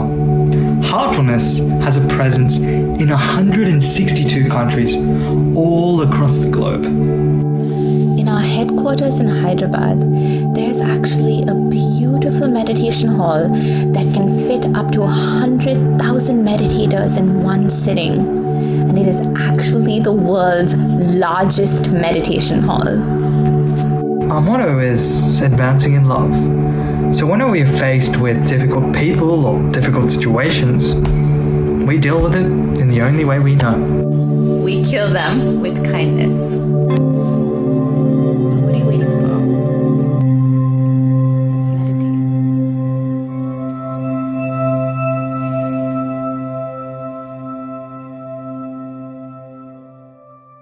Omotola is an actress, singer, and philanthropist from Lagos, Nigeria. She is one of the pioneers of the video film era of Nigerian cinema, becoming one of the most watched actresses in Africa. In 2013, she featured in Time magazine's list of the 100 most influential people in the world and is determined to use her platform for humanitarian efforts in her own community and globally. Also a talented singer, this is Omotola's Get Busy.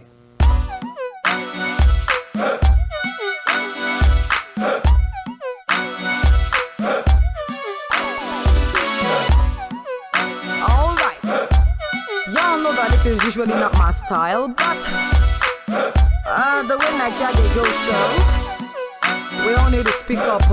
It's becoming very, very annoying. Well, I was forced at gunpoint to do this song. Let's go.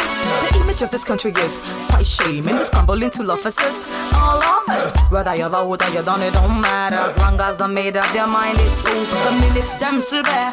Their business is the same with those our friends. Ooh, damage our image, yahoo.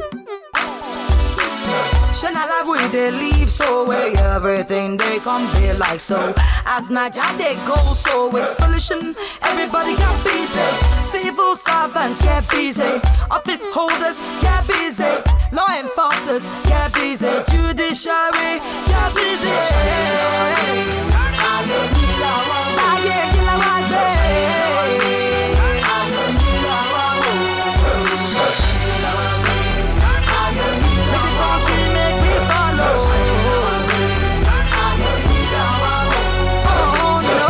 Streets, you go see many things unnecessary liabilities. I know say life itself no be beans, but if you wanna do major things, get busy. Everybody wanna politic, everybody wanna play the league, everybody wanna make a hit, but nobody wanna do the study. Get busy. Shine a life with a leave so way everything they come be like so. As night they go so now solution. Everybody get busy. So students get busy. Oi, teachers get busy. Oi, parents get busy. Ministry of Education get busy.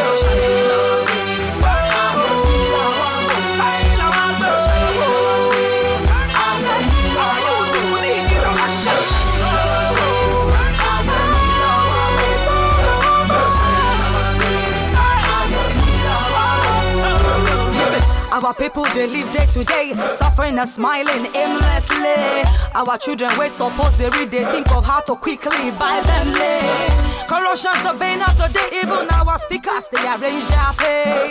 Ghana, when Nigeria, they shall must go, come be the ones we can't allow their gates, yeah. Indeed, we have lost direction, but we can still make the connection. Nigeria, rescue your nation, yeah. Lower all out, hey, giant of Africa. Start by knowing your right, demanding your right, doing your part, and just get to busy.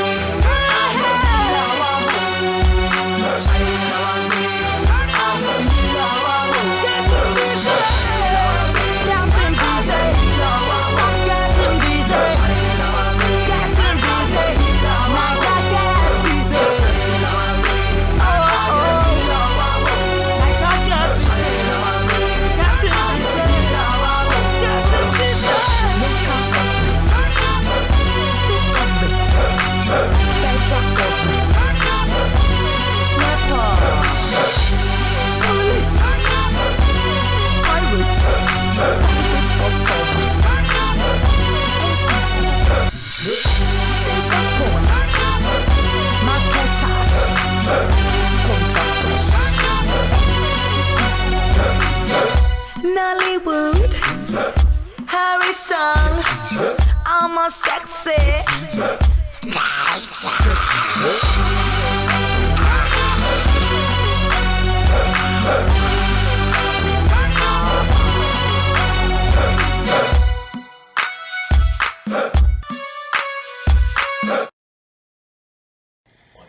Jyoti Arora is the principal at Mount Abu Public School in Delhi, India.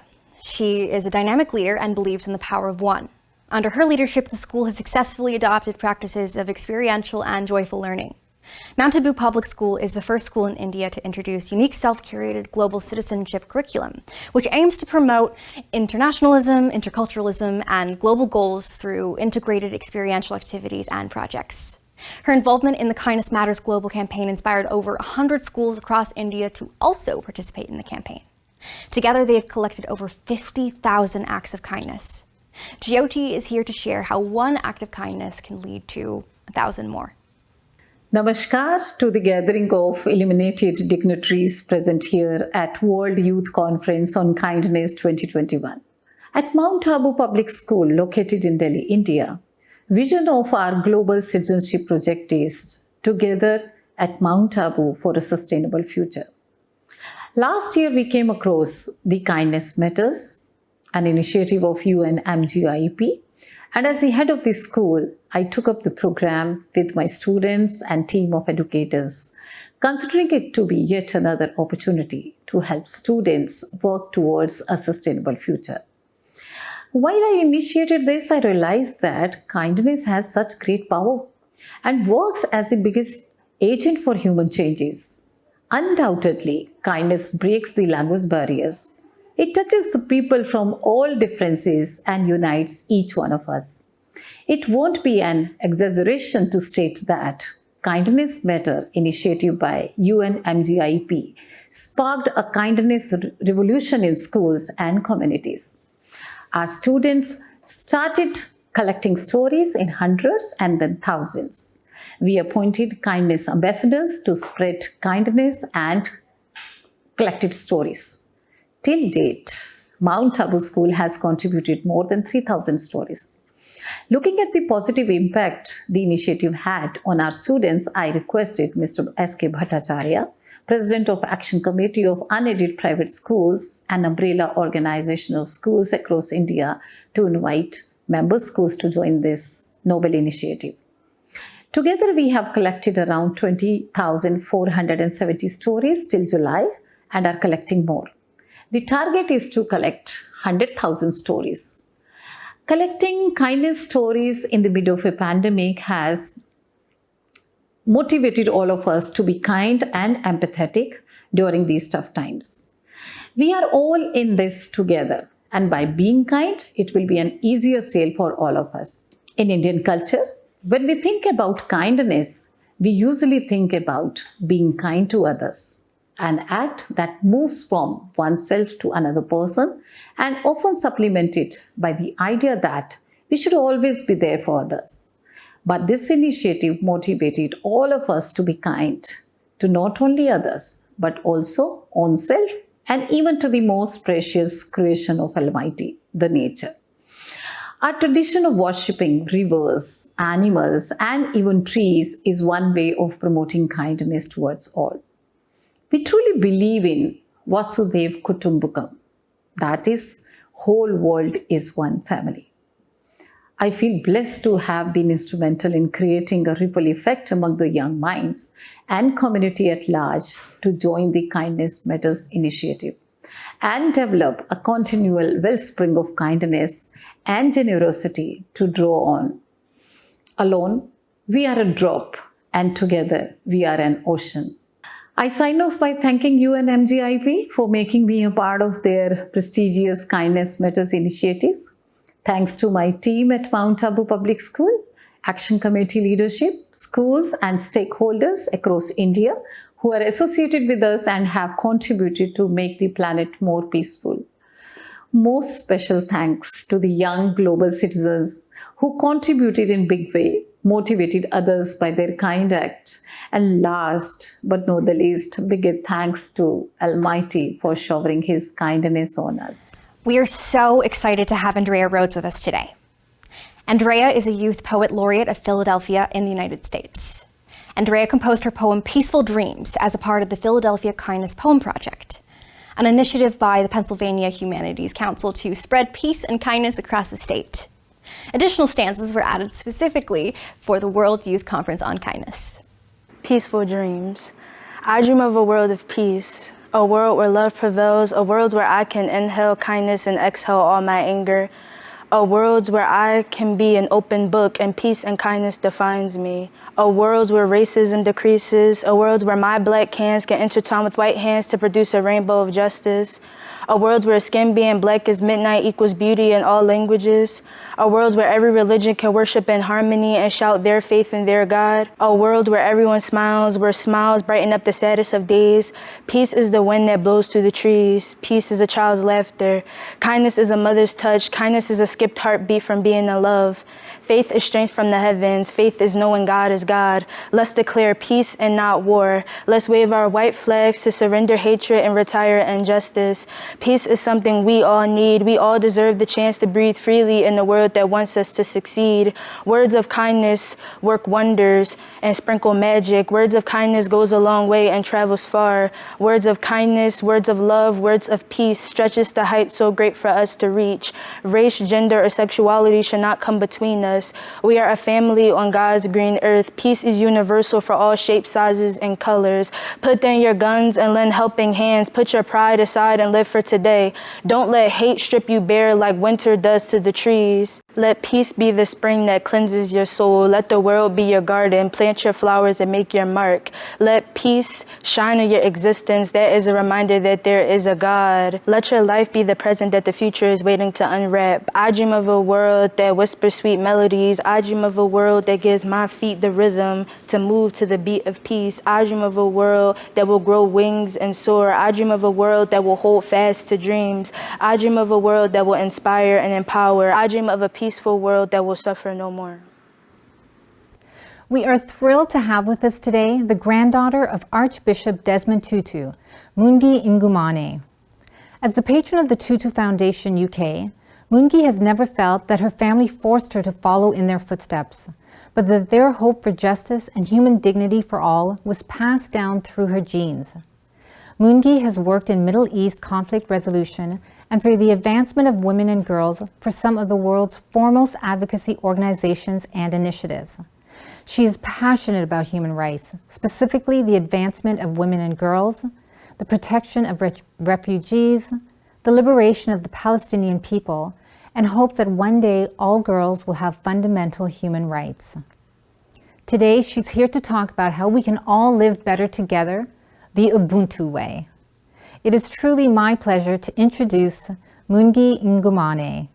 Hi everyone, I'm Mungi and I wrote the book Everyday Ubuntu about the philosophy of Ubuntu. I'm not sure if you all know about Ubuntu, but I think the best way to describe it is living a life of courage, compassion, and connection where you recognize the inherent worth and dignity of every human being, starting with yourself.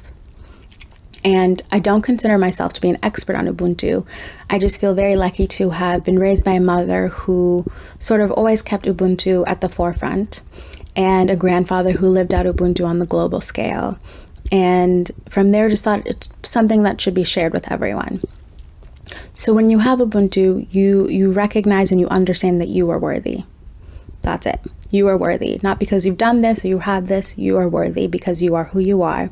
And you extend that same understanding to other people, that they are worthy as well. When that happens, it makes it difficult for us to treat people poorly or to watch people suffer. And it doesn't mean that we're perfect.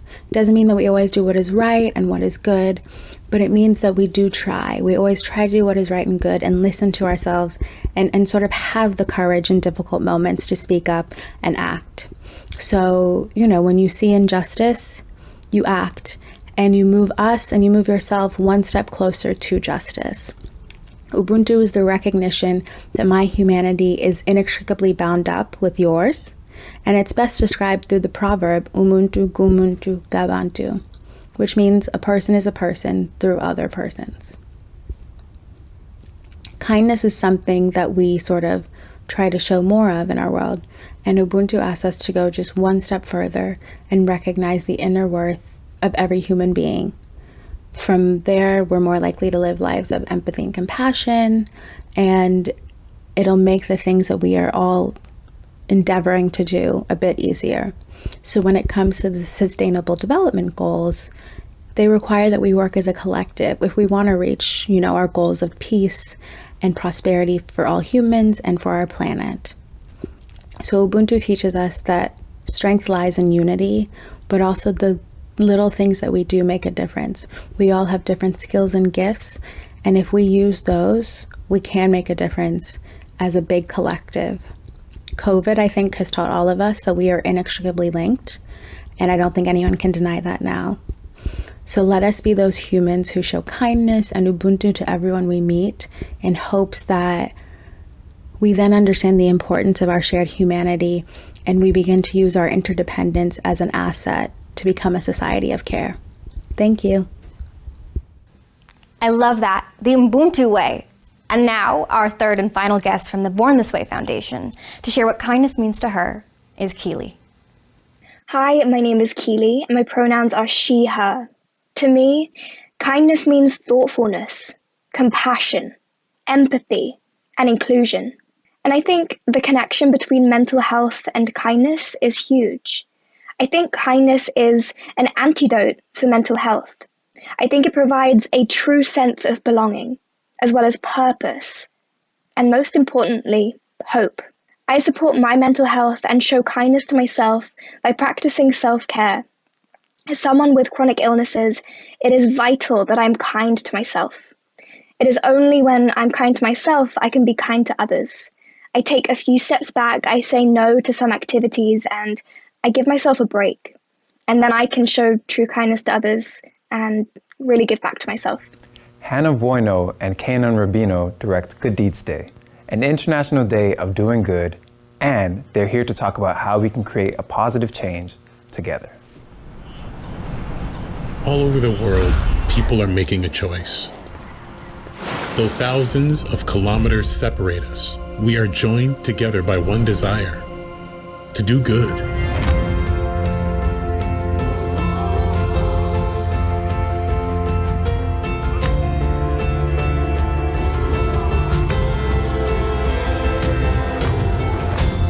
People are making a move and making a difference.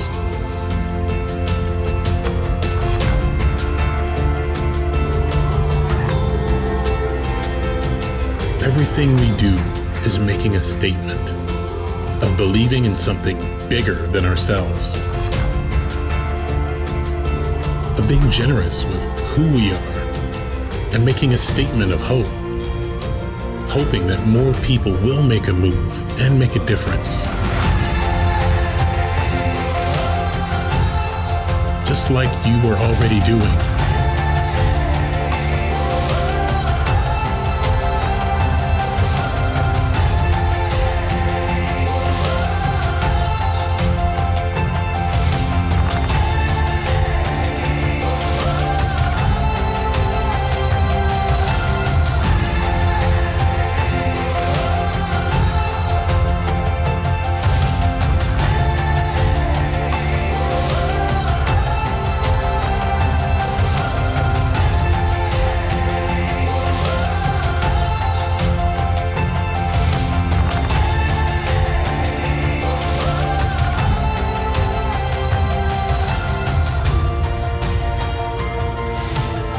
And it all starts with you. Join the movement. Do good. Good Deeds Day.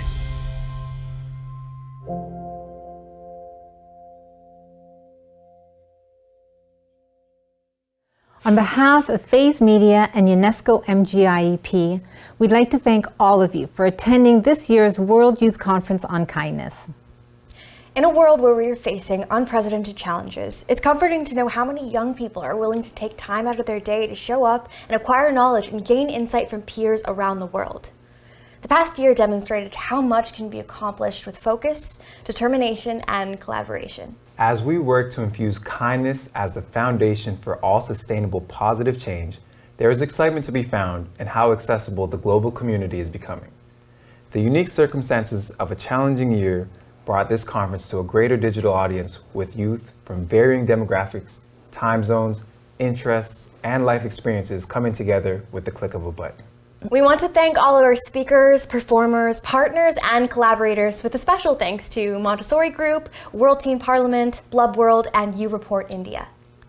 I also want to thank my talented and passionate team who have shown their immense dedication to the campaign and the work it takes to make a conference like this happen. Thanks to Alicia and Tina for all your efforts bringing the many elements of our World Youth Conference on Kindness 2021 to life. Thank you to Andrea McLean, whose dedication to our work in all areas has been immeasurable. And of course, this conference wouldn't have been possible without the incredible Abel Kane, Karina Rossin, Akriti Mira, and the UNESCO MGIEP team who worked tirelessly to bring this conference to life.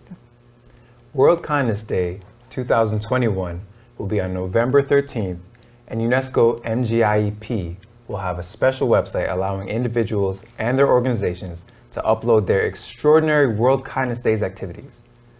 Follow UNESCO MGIEP on social media or check the website for upcoming announcements welcoming you to share the World Kindness Days activities. And don't forget to check out the Live Different app to challenge yourself and keep kindness at the forefront of your habit creation. And read up on the UNESCO MGIEP and Life University's Self-Directed Emotional Learning for Empathy and Kindness SEEK online course. I am Lorraine Zander, founder and CEO of Phase Media and proud communications and campaign partner for the UNESCO MGIEP Kindness Matters Global Campaign. I hope to see you back for the 4th World Youth Conference on Kindness in 2022. There are many words for kindness around the world. It is a quality that seems inherent in human beings. It has a universal appeal and is appreciated by human beings from birth and even extends to animals. If our most basic motivation is to strive for survival, well-being, and happiness, kindness would appear to be a survival instinct. A great deal of research has emerged on the science of kindness. We can see that kindness supports happiness and flourishing even on social, national, and international levels. The World Happiness Report, a project undertaken by the United Nations, has shown that even more than economic factors, happiness and life satisfaction are facilitated by factors such as trust and social support, which are themselves manifestations of kindness. Kindness Productions is a creation of Phase Media with the explicit intention of supporting the UNESCO MGIEP Kindness Matters global campaign. This natural alignment has opened the door to incredible collaborative projects, including the World Youth Conference on Kindness 2020 and 2021, and enhanced our ability to tell the story of kindness. The story we are trying to tell is about us. It is about all of us. It is also about hope, empathy, collaboration, sustainability, community, and kindness. Kindness is a powerhouse of hope and a method for achieving sustainable solutions to the unprecedented challenges we face as a global community today. Through the lens of kindness, we can shift mindsets and more harmoniously work towards innovative and sustainable solutions. We believe it is in that collaboration we will be more able to achieve the Sustainable Development Goals set out by the United Nations in 2015. Kindness Productions, in support of the UNESCO MGIEP Kindness Matters global campaign, aims to produce a series of documentary-style films that works with scientists, thought leaders, researchers, educators, and experts in communications to present the agenda for kindness as the foundation for global change and a brighter future. We will wage peace and elevate the voices across generations that will guide a global shift towards active kindness. We are the global gateway between the way the world was and the way the world could be. In the United Nations Charter, it affirms that all people are equal and entitled to respect, justice, and human rights. Imagine a world where we get to live in that reality and treat all the members of our global community with respect, dignity, and kindness. Let's create that world together.